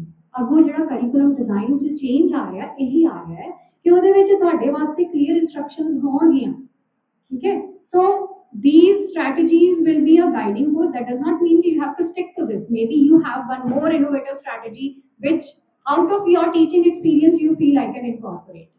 ठीक है, so ਇਹਨੂੰ ਕਹਿੰਦੇ ਨੇ ਮੈਪਿੰਗ। ਹੁਣ ਜਦੋਂ ਆਪਾਂ ਕਿਹਾ ਕਿ ਇਹਨੂੰ ਆਪਾਂ ਮੈਜ਼ਰ ਕਿੱਦਾਂ ਕਰਨਾ ਹੈ, ਮੈਂ ਆਪਣੇ ਸਟੂਡੈਂਟਸ ਨੂੰ ਪੜ੍ਹਾ ਦਿੱਤਾ ਹੈ, ਉਹਨਾਂ ਦੀਆਂ ਕੋਰਸ ਆਊਟਕਮਸ ਨੂੰ ਮੈਜ਼ਰ ਕਰਨਾ ਹੈ ਤੇ ਮੇਰੇ ਕੋਲ ਇੱਕ ਐਵਰੇਜ ਵੈਲਿਊ ਆ ਗਈ। 10 ਸਟੂਡੈਂਟਸ ਸੀਗੇ, 10 ਸਟੂਡੈਂਟਸ ਨੇ CO1 ਅਚੀਵ ਕਰ ਲਿਆ, ਉਹਨਾਂ ਦੀ ਮੈਂ ਇੱਕ ਐਵਰੇਜ ਨਿਕਾਲਣੀ। ਠੀਕ ਹੈ, ਸੋ ਇਸ ਤਰੀਕੇ ਨਾਲ ਉਹ ਇਸ ਮੈਟ੍ਰਿਕਸ ਫਾਰਮ ਦੇ ਵਿੱਚ ਫਿਲ ਕੀਤੀਆਂ ਜਾਂਦੀਆਂ ਨੇ। ਜਦੋਂ ਅਸੀਂ ਕਰਿਕੂਲਮ ਨੂੰ ਇੰਪਰੂਵ ਕਰਨ ਦੀ ਗੱਲ ਕਰਦੇ ਹਾਂ ਤੇ ਇਹ ਕੰਮ ਕਰਨਾ ਪੈਂਦਾ ਹੈ। ਅਗਰ ਅਸੀਂ ਇੰਪਰੂਵਮੈਂਟ ਨਹੀਂ ਚਾਹੁੰਦੇ ਕਿ ਜਿੱਥੇ ਹੈ ਉਸੇ ਤਰੀਕੇ ਨਾਲ ਜਸਟ ਇੰਪਲੀਮੈਂਟ ਕਰਨਾ ਹੈ, ਦੈਨ ਮੈਪਿੰਗ ਨਹੀਂ ਕੀਤੀ ਜਾਂਦੀ। ਸੋ ਅਗਰ ਅਸੀਂ ਚਾਹੁੰਦੇ ਹਾਂ ਕਿ ਹੁਣ ਜੀ ਇਹ ਪ੍ਰੋਪਰ ਜਿਹੜਾ ਹੈ ਆਊਟਕਮ ਤੇ ਧਿਆਨ ਦਿੱਤਾ ਜਾਏ ਕਿ ਅਚੀਵ ਹੋਈ ਹੈ ਕਿ ਨਹੀਂ, ਤੇ ਸਾਨੂੰ ਉਹਨੂੰ ਡਿਫਰੈਂਟ ਲੈਵਲਸ ਤੇ ਮੈਪ ਕਰਨਾ ਪਏਗਾ। ਸਿਲੇਬਸ ਬਣਾਉਣ ਵੇਲੇ ਵੀ, ਇੰਪਲੀਮੈਂਟ ਕਰਨ ਵੇਲੇ ਵੀ, ਅਸੈਸਮੈਂਟ ਵੇਲੇ ਵੀ। ਸੋ ਅਸੈਸਮੈਂਟ ਤੋਂ ਬਾਅਦ ਆਪਾਂ ਇਹ ਮੈਟ੍ਰਿਸਿਸ ਜਿਹੜੀਆਂ ਨੇ ਉਹ ਬਣਾਉਣੇ ਨੇ, ਜਿਵੇਂ ਕਿਹੜੇ ਕੋਰਸ ਕਿਹੜੇ ਪ੍ਰੋਗਰਾਮ ਆਊਟਕਮ ਜਿਹੜਾ ਹੈ ਉਹ ਅਚੀਵ ਕਰ ਰਹੀ ਹੈ। ਠੀਕ ਹੈ, ਸੋ ਆ 3, 2, 1 ਹੈ ਕਿ ਕਿਹੜਾ ਕਿ ਉਹ ਬਹੁਤ ਸਟਰੋਂਗਲੀ ਅਚੀਵ ਕਰ ਰਹੀ ਹੈ PO1 ਨੂੰ, ਜਿੱਥੇ 3 ਲਿਖਿਆ means this CO1 is achieving the program outcome number 1 in the highest form which is 3। ਇਹ ਹਰ ਯੂਨੀਵਰਸਿਟੀ ਦਾ ਆਪਣਾ ਪੈਟਰਨ ਹੁੰਦਾ ਹੈ। ਸਿਮਿਲਰਲੀ ਤੇ 2 ਲਿਖਿਆ ਮੀਨਸ ਮੋਡਰੇਟ ਲੈਵਲ ਦੀ ਅਚੀਵਮੈਂਟ ਹੋ ਗਈ ਹੈ। ਸੋ ਇਸ ਤਰੀਕੇ ਨਾਲ these matrices, ਮੇਰਾ ਕੰਸਰਨ ਇੱਥੇ ਸੀਗਾ ਕਿ ਤੁਹਾਨੂੰ ਇੱਕ ਓਵਰਵਿਊ ਮਿਲ ਜਾਏ ਕਿ ਹੁਣ ਇਹ ਮੈਪਿੰਗ ਕਿਸ ਤਰ੍ਹਾਂ ਹੋਗੀ, ਕਿਉਂ ਆਪਾਂ ਆਊਟਕਮਸ ਦੀ ਗੱਲ ਕਰ ਰਹੇ ਹਾਂ, ਕਿ ਇਹ ਮੈਜ਼ਰ ਵੀ ਹੁੰਦੀਆਂ ਨੇ। Yes they are ਮੈਜ਼ਰਡ। ਤੁਸੀਂ ਪੜਾਉਣ ਤੋਂ ਬਾਅਦ ਇੱਕ ਆਊਟਕਮ ਦਾ ਜਿਹੜਾ ਹੈ ਉਹਦੀ ਇੱਕ ਰਿਪੋਰਟ ਬਣਾਉਂਦੇ ਹੋ ਕਿ ਮੇਰੀ ਇਹ ਆਊਟਕਮਸ ਇਸ ਲੈਵਲ ਤੱਕ ਅਚੀਵ ਹੋਈਆਂ ਨੇ। ਸੋ ਫਰਦਰ ਪ੍ਰੋਗਰਾਮ ਦੀਆਂ ਆਊਟਕਮਸ ਦੇ ਨਾਲ ਉਹ ਮੈਪ ਕੀਤਾ ਜਾਂਦਾ ਹੈ। ਐਂਡ ਸਿਮਿਲਰਲੀ ਡਿਫਰੈਂਟ ਕੋਰਸਿਸ ਦੀ ਦੇਖੋ ਹੁਣ ਐਵਰੇਜ ਨਿਕਾਲੀ ਹੋਈ ਹੈ। PO1 ਜਿਹੜਾ ਹੈ ਉਹਦੀ 2.9 ਹੈ, 2.6 ਹੈ, 2.5। ਸੋ ਜਿਹਦੀ ਵੈਲਿਊ ਐਵਰੇਜ ਵੈਲਿਊ ਬਹੁਤ ਘੱਟ ਆਏਗੀ, we need to focus on that। ਇਹਦਾ ਮਤਲਬ ਉਸ ਏਰੀਆ ਦੇ ਵਿੱਚ ਕੋਈ ਪ੍ਰੋਬਲਮ ਹੈ, we need to make some revisions, some improvements। So for this, ਜਦੋਂ ਅਸੀਂ ਦੇਖਦੇ ਹਾਂ if the target is not attained, ਤੁਸੀਂ ਦੇਖੋ ਇੱਕ left arrow ਆ ਰਹੀ ਹੈ which is yes, then the target level is attained। If no, then we need to go back for the course refinement। So ਜਦੋਂ ਅਸੀਂ ਇਹ ਮੈਟ੍ਰਿਕਸ ਬਣਾਉਂਦੇ ਆ, ਮੈਪਿੰਗ ਕਰਦੇ ਆ, ਤੇ ਫਿਰ ਸਾਨੂੰ ਪਤਾ ਲੱਗਦਾ ਹੈ ਕਿ ਅਸੀਂ desired level of outcome achieve ਕੀਤਾ ਹੈ ਜਾਂ ਨਹੀਂ। ਇਸੇ ਚੀਜ਼ ਨੂੰ ਅਸੀਂ ਇਸ ਤਰੀਕੇ ਨਾਲ ਦੁਬਾਰਾ ਦੇਖਦੇ। ਮੈਂ ਤੁਹਾਨੂੰ ਜਿਹੜੀ ਪਹਿਲੇ ਸਭ ਤੋਂ ਪਹਿਲੇ ਸਲਾਈਡ ਦਿਖਾਈ ਸੀ ਉਹਦੀ ਹੀ ਇੱਕ ਇੰਪਰੋਵਾਈਜ਼ੇਸ਼ਨ ਹੈ। ਸੋ ਇੱਕ ਰਿਵੀਜ਼ਨ ਦੇ ਤੌਰ ਤੇ ਆਪਾਂ ਫਿਰ ਤੋਂ ਇੱਕ ਕਨਕਲੂਡਿੰਗ ਸਲਾਈਡ ਹੈ। I know we are very close to the lunch break, so just a concluding for what all we have discussed। ਸਭ ਤੋਂ ਪਹਿਲਾਂ ਜਿਵੇਂ ਆਪਾਂ ਕਿਹਾ ਕਿ ਕੋਰਸ ਪਲਾਨ ਹੋ ਰਿਹਾ ਹੈ, feedback is taken from the interested parties ਡਾਇਲੂ ਬਣਾਈ ਹੈ, ਸਾਡੇ ਜਿਹੜੇ EMPLOYERS ਨੇ, ਪੇਰੈਂਟਸ ਨੇ, ਸਟੂਡੈਂਟਸ ਨੇ। ਠੀਕ ਹੈ, ਉਹਨਾਂ ਤੋਂ ਫੀਡਬੈਕ ਲੈ ਕੇ ਆਪਾਂ vision, mission, program outcomes, course outcomes ਇਹ ਸਾਰੇ ਆਪਸ ਚ ਅਲਾਈਨ ਕੀਤੇ ਨੇ। ਠੀਕ ਹੈ, ਦੈਨ ਉਸ ਤੋਂ ਬਾਅਦ ਕੀ ਹੈ, ਇਹ ਪਲੈਨਿੰਗ ਪਾਰਟ ਸੀ, ਕਰਿਕੂਲਮ ਦਾ ਪਲੈਨਿੰਗ ਪਾਰਟ। ਦੈਨ ਉਸ ਤੋਂ ਬਾਅਦ ਆਪਾਂ ਡੂ ਸੈਕਸ਼ਨ ਚ ਆ ਗਏ, ਜਿੱਥੇ ਕੀ ਹੋ ਗਿਆ ਕਿ ਟੀਚਰ ਦਾ ਰੋਲ ਆ ਗਿਆ। ਹੁਣ ਟੀਚਰ ਨੇ ਉਹ ਇੰਪਲੀਮੈਂਟ ਕੀਤਾ using certain resources, using certain learning activities and teaching methods ਉਹਨੇ ਉਹ ਕੋਰਸ ਆਊਟਕਮਸ ਇਨਸ਼ੋਰ ਕੀਤੇ ਵੀ ਮੈਂ ਅਚੀਵ ਕਰਨੇ। ਠੀਕ ਹੈ, नो डाउट टीचर्स ਦੇ ਮੋਢਿਆਂ ਤੇ ਸਭ ਤੋਂ ਜ਼ਿਆਦਾ ਭਾਰ ਹੈ, I understand. And I feel also, ठीक है, पर रिस्पॉन्सिबिलिटी सब तो ज़्यादा टीचर की ही है। फिर चेक करना कि पढ़ाउण तो बाद डू तो बाद चेक करना बहुत जरूरी है, तां ही ਅਸੀਂ ਇੰਪਰੂਵਮੈਂਟ ਲਿਆਵਾਂਗੇ। ਜੇ ਡੂ ਤੋਂ ਬਾਅਦ ਅਸੀਂ ਉੱਥੇ ਹੀ ਛੱਡਤਾ ਤੇ ਫਿਰ ਕੋਈ ਇੰਪਰੂਵਮੈਂਟ ਨਹੀਂ ਆਏਗੀ। ਸੋ ਕੋਰਸ ਆਊਟਕਮਸ ਨੇ ਸਾਡੇ ਪ੍ਰੋਗਰਾਮ ਲੈਵਲ ਆਊਟਕਮਸ ਨੂੰ ਅਚੀਵ ਕੀਤਾ ਹੈ, ਕਿਹੜੇ ਲੈਵਲ ਤੱਕ ਅਚੀਵ ਕੀਤਾ ਹੈ, ਨਹੀਂ ਹੈ ਉਹ level attain, then we need to make certain changes and ਉਹ ਐਕਟ ਦੇ ਵਿੱਚ ਹੈਗੀਆਂ ਨੇ ਜਿਹਦੇ ਵਿੱਚ ਅਸੀਂ ਅਪਡੇਟ ਕਰਦੇ ਹਾਂ, ਕੁਝ ਐਨਹਾਂਸਮੈਂਟਸ ਲਿਆਉਂਦੇ ਹਾਂ। And so this process is otherwise cyclic. ਇਹਨੂੰ ਅਸੀਂ ਸਾਈਕਲਿਕ ਬਣਾਵਾਂਗੇ ਤੇ ਸਾਡਾ ਐਜੂਕੇਸ਼ਨ ਸਿਸਟਮ ਇੰਪਰੂਵ ਹੋਏਗਾ, ਹੈ ਨਾ। ਸੋ ਮੈਨੂੰ ਲੱਗਦਾ ਸਭ ਤੋਂ ਇੰਪੋਰਟੈਂਟ ਪਾਰਟ ਜਿਹੜਾ ਹੈ ਤੁਹਾਡਾ ਹੈ, ਠੀਕ ਹੈ। ਸੋ ਇਹਦੇ ਵਿੱਚ ਰਿਸਪੌਂਸਿਬਿਲਿਟੀਜ਼ ਆਫ ਇੰਪਲੀਮੈਂਟਿੰਗ ਥਿੰਗਸ, ਜਿਹੜੀ ਪਾਲਿਸੀ ਲੈਵਲ ਤੇ ਕੋਈ ਚੀਜ਼ ਬਣਦੀ ਹੈ, ਇੰਪਲੀਮੈਂਟਰਸ ਅਸੀਂ ਹੈ। ਬਹੁਤ ਦੇਰ ਸਾਨੂੰ ਇਹ ਲੱਗ ਜਾਂਦੀ ਹੈ ਸਮਝਣ ਨੂੰ ਕਿ ਕਰਨਾ ਕੀ ਹੈ, ਕਿਵੇਂ ਕਰਨਾ ਹੈ। So we need to put that extra effort. This the lecture which we have I have given, ਠੀਕ ਹੈ, ਇਹ ਇੱਕ ਓਵਰਵਿਊ ਹੈ ਉਸ ਚੀਜ਼ ਦਾ ਜਿਹਨੂੰ ਤੁਸੀਂ ਹੋਰ ਇਲੈਬੋਰੇਟ ਕਰਕੇ ਲੇਟਰ ਔਨ ਦੇਖ ਸਕਦੇ ਹੋ।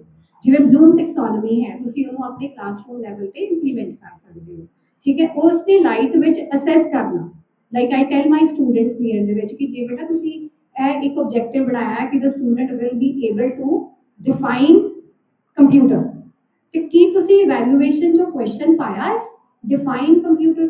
ਤੁਸੀਂ ਉਹ ਆਊਟਕਮ ਤਾਂ ਹੀ ਅਚੀਵ ਕਰੋਗੇ ਨਾ। ਆਬਜੈਕਟਿਵ ਤੁਸੀਂ ਲਿਖਤਾ ਕਿ ਸਟੂਡੈਂਟ ਇਹਨੂੰ ਡਿਫਾਈਨ ਕਰ ਪਾਏਗਾ, ਪਰ ਕੁਐਸਚਨ 'ਚ ਤੁਸੀਂ ਉਹ ਪਾਇਆ ਹੀ ਨਹੀਂ ਕਿ ਡਿਫਾਈਨ ਕੰਪਿਊਟਰ, ਠੀਕ ਹੈ। ਸੋ ਦਿਸ ਵੇ ਉਹ ਮੈਪਿੰਗ ਨਹੀਂ ਹੁੰਦੀ। ਜਦੋਂ ਤੱਕ ਸਾਡੀ ਮੈਪਿੰਗ ਨਹੀਂ ਹੋਏਗੀ we won't be able to achieve those objectives. ਇਹ ਹੁਣ ਸਾਡੇ ਲਈ ਹੈ to explore, to experience, to learn so many new things which are going on to make our burden easier also। ਬਹੁਤ ਸਾਰੇ ਆਨਲਾਈਨ ਪਲੇਟਫਾਰਮਸ ਇਸ ਤਰ੍ਹਾਂ ਦੇ ਆ ਗਏ ਨੇ, ਐਪਲੀਕੇਸ਼ਨਸ ਆ ਗਈਆਂ। ਜੇ ਅਸੀਂ ਜਿਵੇਂ ਹੁਣ ਆਹ ਵਾਲਾ ਟਾਈਮ ਥੋੜਾ ਫ੍ਰੀ ਹੈਗਾ, ਇਹਦੇ ਵਿੱਚ ਆਪਾਂ ਉਹਨਾਂ ਚੀਜ਼ਾਂ ਨੂੰ ਸਿੱਖ ਸਕਦੇ ਹਾਂ। ਆਨਲਾਈਨ ਟਿਊਟੋਰੀਅਲਸ ਵੀ ਹੈਗੇ ਨੇ ਔਰ colleagues can collaboratively learn, peer tutoring ਕਰ ਸਕਦੇ ਹਾਂ। ਐਂਡ ਆਪਾਂ ਆਪਣੇ ਲੈਵਲ ਦੀਆਂ ਕੁਝ ਕਾਮਨ ਅਸਾਈਨਮੈਂਟਸ ਬਣਾ ਸਕਦੇ ਹਾਂ, ਕੋਈ ਈ ਕੰਟੈਂਟ ਬਣਾ ਸਕਦੇ ਹਾਂ ਜਿਹਨੂੰ ਅਸੀਂ ਜਦੋਂ ਅਸੀਂ ਇੰਪਲੀਮੈਂਟ ਕਰਨਾ ਕਰਿਕੂਲਮ ਨੂੰ before the beginning of the semester ਅਸੀਂ ਇੰਨੇ ਕੁ ਤਿਆਰ ਹੋਈਏ ਕਿ ਉਹਨੂੰ ਇੰਪਲੀਮੈਂਟ ਕਰਨਾ ਸਾਡੇ ਲਈ ਔਖਾ ਨਾ। ਸੋ ਉਹ ਪ੍ਰੀ ਪਲੈਨਿੰਗ ਕਰਨੀ ਪੈਂਦੀ ਹੈ, ਤਾਂ ਹੀ ਆਊਟਕਮਸ ਅਚੀਵ ਹੁੰਦੇ ਆ। ਕਿਉਂਕਿ ਜਦੋਂ ਸਮੈਸਟਰ ਸ਼ੁਰੂ ਹੋ ਜਾਂਦਾ ਫਿਰ ਸਾਡੇ ਕੋਲ ਇੰਨਾ ਸਮਾਂ ਨਹੀਂ ਹੁੰਦਾ ਕਿ ਅਸੀਂ ਉਹਨਾਂ ਚੀਜ਼ਾਂ ਵੱਲ ਫੋਕਸ ਕਰ ਪਾਈਏ। ਸਾਡੇ ਤੇ ਇੱਕ ਪ੍ਰੈਸ਼ਰ ਹੁੰਦਾ ਹੈ ਉਹਨੇ ਸਮੇਂ 'ਚ ਸਿਲੇਬਸ ਵੀ ਕੰਪਲੀਟ ਕਰਨਾ ਹੈ, there are other added on responsibilities ਜਿਹੜੀਆਂ ਉਹ ਟੀਚਰ ਨੇ ਕੰਪਲੀਟ ਕਰਨੀਆਂ। So pre planning is very important. So ਤੁਸੀਂ ਆਪਣਾ ਜਿਹੜਾ ਟਾਈਮ ਜਿਹੜਾ ਹੈ ਕੋਲੈਬੋਰੇਟਿਵਲੀ ਕੁਝ ਇਸ ਤਰ੍ਹਾਂ ਦੀਆਂ ਚੀਜ਼ਾਂ ਵਿਦਿਨ ਡਿਪਾਰਟਮੈਂਟ ਪਲਾਨ ਕਰ ਸਕਦੇ ਹੋ ਜਿਹਦੇ ਵਿੱਚ ਤੁਸੀਂ ਇੱਕ ਦੂਸਰੇ ਦੀ ਹੈਲਪ ਕਰਦੇ ਹੋਏ ਕੁਝ ਇਸ ਤਰ੍ਹਾਂ ਦੇ ਪਲੇਟਫਾਰਮਸ ਨੂੰ ਐਕਸਪਲੋਰ ਕਰ ਸਕਦੇ ਹੋ ਜਿਹਦੇ ਨਾਲ ਤੁਸੀਂ ਸਟੂਡੈਂਟਸ ਨੂੰ ਬਿਹਤਰ ਤਰੀਕੇ ਦੇ ਨਾਲ ਇੰਗੇਜ ਕਰ ਸਕਦੇ ਹੋ ਔਰ ਆਪਣੀਆਂ ਲਰਨਿੰਗ ਆਊਟਕਮਸ ਨੂੰ ਅਚੀਵ ਕਰ ਸਕਦੇ ਹੋ। ਜਿਹਦੇ ਵਿੱਚ ਸਰ ਨੇ ਬਹੁਤ ਅੱਛੀ ਐਗਜ਼ਾਮਪਲ ਫਲਿਪਡ ਕਲਾਸਰੂਮ ਦੀ ਦਿੱਤੀ ਸੀ ਸਵੇਰੇ। ਫਲਿਪਡ ਕਲਾਸਰੂਮ ਵਿੱਚ ਆਪਾਂ ਕੰਟੈਂਟ ਬੱਚੇ ਨੂੰ ਅੰਦਰ ਫਾਰਮ ਆਫ ਰਿਕਾਰਡਡ ਮਟੀਰੀਅਲ ਪਹਿਲਾਂ ਹੀ ਦੇ ਦਿੱਤਾ। ਬੱਚਾ ਜਿਹੜਾ ਹੈ ਲੋਅਰ ਲੈਵਲ ਦੀਆਂ ਚੀਜ਼ਾਂ ਜਿਹੜੀਆਂ ਬਲੂਮਸ ਦੀਆਂ ਸੀਗੀਆਂ, ਰਿਮੈਂਬਰ ਕਰਨਾ, ਰਿਕਾਲ ਕਰਨਾ, ਉਹ ਘਰੇ ਕਰਕੇ ਆ ਗਿਆ ਤੇ ਕਲਾਸ 'ਚ ਆਪਾਂ ਕੀ ਕੀਤੀ, ਡਿਸਕਸ਼ਨ, ਠੀਕ ਹੈ। So that ways we can switch on to different strategies, adopt new strategies and make the implementation of outcome based education easier and a comfortable one. So I think this is the concluding slide. So ਇਹਦੇ ਵਿੱਚ ਜੇ ਅਸੀਂ ਦੇਖੀਏ ਬੱਚੇ ਲਈ ਕੀ benefits ਹੈਗੇ ਸੀਗੇ ਕਿ ਬੱਚਾ ਜਿਹੜਾ ਹੈ ਉਹਦੀਆਂ ਇੰਪਰੂਵਡ ਆਊਟਕਮਸ ਮਿਲਣਗੀਆਂ, ਅਕਾਊਂਟੇਬਿਲਿਟੀ ਵੱਧ ਗਈ ਟੀਚਰ ਲਈ, ਐਡਮਿਨਿਸਟ੍ਰੇਟਰ ਲਈ, ਸਭ ਅਕਾਊਂਟੇਬਲ ਨੇ ਇੱਥੇ ਕਿਉਂਕਿ ਉਹਨਾਂ ਨੇ ਉਹ ਆਊਟਕਮ ਅਚੀਵ ਕਰਨੀ। ਨਹੀਂ ਅਚੀਵ ਹੋਈ ਆਊਟਕਮ ਤੇ ਫਿਰ teachers are also questionable, heads are also questionable, ठीक है। So accountability हो गई, अगर मैं कोई सब्जेक्ट पढ़ा रही हूँ I am accountable to achieve those outcomes. मैं वो रिजल्ट सबमिट करना है at the end. I can not say कि यार बच्चा जो क्लास ही नहीं आया सी सारा साल इधर नहीं। So accountability in this learning outcome based approach increases, better alignment with the workforce needs। Workforce need जिथे बच्चे ने जाके नौकरी करनी है, जॉब लैनी है, ਉਹਦੇ ਨਾਲ ਸਾਡੀ ਅਲਾਈਨਮੈਂਟ ਬੈਟਰ ਹੋ ਜਾਂਦੀ ਕਿਉਂਕਿ ਅਸੀਂ ਆਪਣੇ ਪ੍ਰੋਗਰਾਮ ਆਊਟਕਮਸ ਡਿਸਾਈਡ ਹੀ ਉਹਨਾਂ ਦੀ ਇਨਪੁਟ ਦੇ ਨਾਲ ਕੀਤੇ ਨੇ ਕਿ ਉਹਨਾਂ ਨੂੰ ਕਿਸ ਤਰ੍ਹਾਂ ਦੇ ਬੱਚੇ ਚਾਹੀਦੇ ਨੇ, ਕਿਹੜੇ ਸਕਿੱਲਸ ਨਾਲ ਇਕਵਿਪਡ ਹੋਣ। ਸੋ we are more aligned with the workforce requirements and our assessment methods become more effective as well as student is able to have a personalized learning environment. Okay, so with this, I thank for your patience listening, and you were a wonderful audience. ਜਿਹੜੇ faculty members ਨੇ question ਕੀਤਾ, I appreciate them because ਅਸੀਂ mostly class 'ਚ ਦੇਖਦੇ ਹਾਂ ਬੱਚੇ question ਹੀ ਨਹੀਂ ਪੁੱਛਦੇ, ਹੈ ਨਾ? So that was a very good part. That means you are listening. Question ਕੌਣ ਪੁੱਛਦਾ ਹੈ? ਜਿਹੜਾ ਸੁਣ ਰਿਹਾ ਹੁੰਦਾ ਹੈ. So thank you for your patience listening. ਹਾਂਜੀ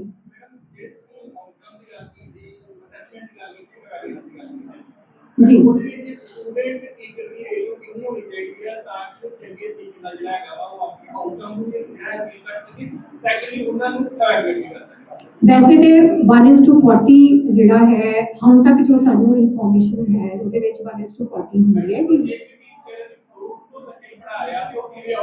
ਹੁਣ ਦੇਖੋ ਸਰ ਇਹਦੇ ਵਿੱਚ ਕੀ ਹੈ ਕਿ ਸਪੋਜ਼ ਕਰੋ ਕਿ ਮੈਂ ਕੋਈ ਆਊਟਕਮ ਅਚੀਵ ਕਿੰਨੀ ਕੁ ਅਚੀਵ ਹੋਈ ਹੈ ਉਹ ਦੇਖਣ ਵਾਸਤੇ ਅਗਰ ਮੈਂ ਕਲਾਸ 'ਚ ਇੱਕ ਸਟ੍ਰੈਟਜੀ ਫੋਲੋ ਕੀਤੀ ਹੈ ਉਸ ਤੋਂ ਬਾਅਦ ਮੈਂ ਇੱਕ ਕੁਇਜ਼ ਬਣਾ ਲਿਆ ਗੂਗਲ ਫਾਰਮ ਤੇ ਉਹ ਗੂਗਲ ਫਾਰਮ ਜਦੋਂ ਮੈਂ ਬੱਚੇ ਨੂੰ ਦਿੱਤਾ ਤੇ ਕਿਹੜੇ ਬੱਚੇ ਨੂੰ ਕਿਸ ਤਰ੍ਹਾਂ ਉਹਨੇ ਅਟੈਂਪਟ ਕੀਤਾ ਮੇਰੇ ਕੋਲ ਇਮੀਡੀਏਟ ਰਿਪੋਰਟ ਆ ਜਾਂਦੀ ਹੈ ਸੋ ਅਗਰ ਮਲਟੀਪਲ ਸਟੂਡੈਂਟਸ ਜਿਹੜੇ ਨੂੰ ਇੱਕ ਪਾਰਟਿਕੂਲਰ ਕੁਐਸਚਨ ਨੂੰ ਰਿਸਪੌਂਡ ਨਹੀਂ ਕਰ ਰਹੇ ਮਤਲਬ ਉਹ ਬੱਚਿਆਂ ਨੂੰ ਉਸ ਚੀਜ਼ ਦੀ ਸਮਝ ਨਹੀਂ ਆਈ ਹੈ ਸੋ ਤਰੀਕੇ ਸਾਡੇ ਕੋਲ ਬੜੇ ਐਡਵਾਂਸ ਆ ਗਏ ਨੇ ਆਪਾਂ ਨੂੰ ਉਹਨਾਂ ਤੇ ਕੰਮ ਕਰਨਾ ਪੈਣਾ ਹੈ ਸਾਡੇ ਕੋਲ ਕਈ ਵਾਰੀ ਕਲਾਸਰੂਮ 'ਚ ਉਹਨਾਂ ਟਾਈਮ ਨਹੀਂ ਹੁੰਦਾ but with the help of certain digital tools ਆਪਾਂ ਉਹ ਚੀਜ਼ਾਂ ਕਰ ਪਾਉਂਦੇ ਹਾਂ ਠੀਕ ਹੈ ਸੋ that is something we need to explore ਭਾਵੇਂ ਅਸੀਂ ਜ਼ੂਮ ਤੇ ਮੀਟਿੰਗਸ ਕਰ ਲੈਂਦੇ ਹਾਂ ਅਸੀਂ ਕਾਫੀ ਜਿਹੜਾ ਟੈਕਸਨ ਹੋ ਗਿਆ ਪਰ ਕਿਤੇ ਨਾ ਕਿਤੇ ਅਸੀਂ ਹੋਰ ਚੀਜ਼ਾਂ ਐਕਸਪਲੋਰ ਕਰੀਏ ਤੇ ਅਸੀਂ ਇਹ ਜਿਹੜੀ ਤੁਸੀਂ ਰੇਸ਼ੋ ਦੀ ਗੱਲ ਕੀਤੀ ਹੈ ਕਿ ਇੱਕ ਸਟੂਡੈਂਟ ਇੱਕ ਟੀਚਰ ਮਲਟੀਪਲ ਸਟੂਡੈਂਟਸ ਦੀ ਇੱਕ ਇੱਕ ਚੀਜ਼ ਨੂੰ ਕਿਵੇਂ ਦੇਖ ਸਕਦਾ ਹੈ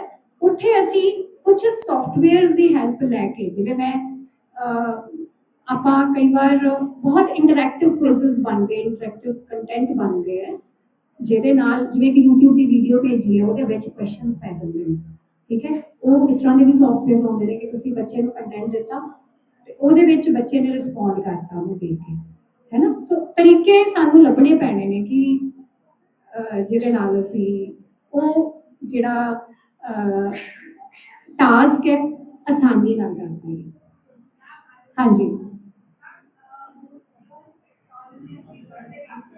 ਜੀ जी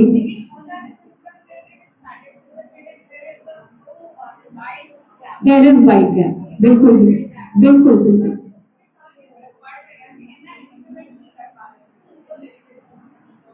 इम्प्लीमेंट करने ਲਈ यस बिल्कुल हाँ जी बिल्कुल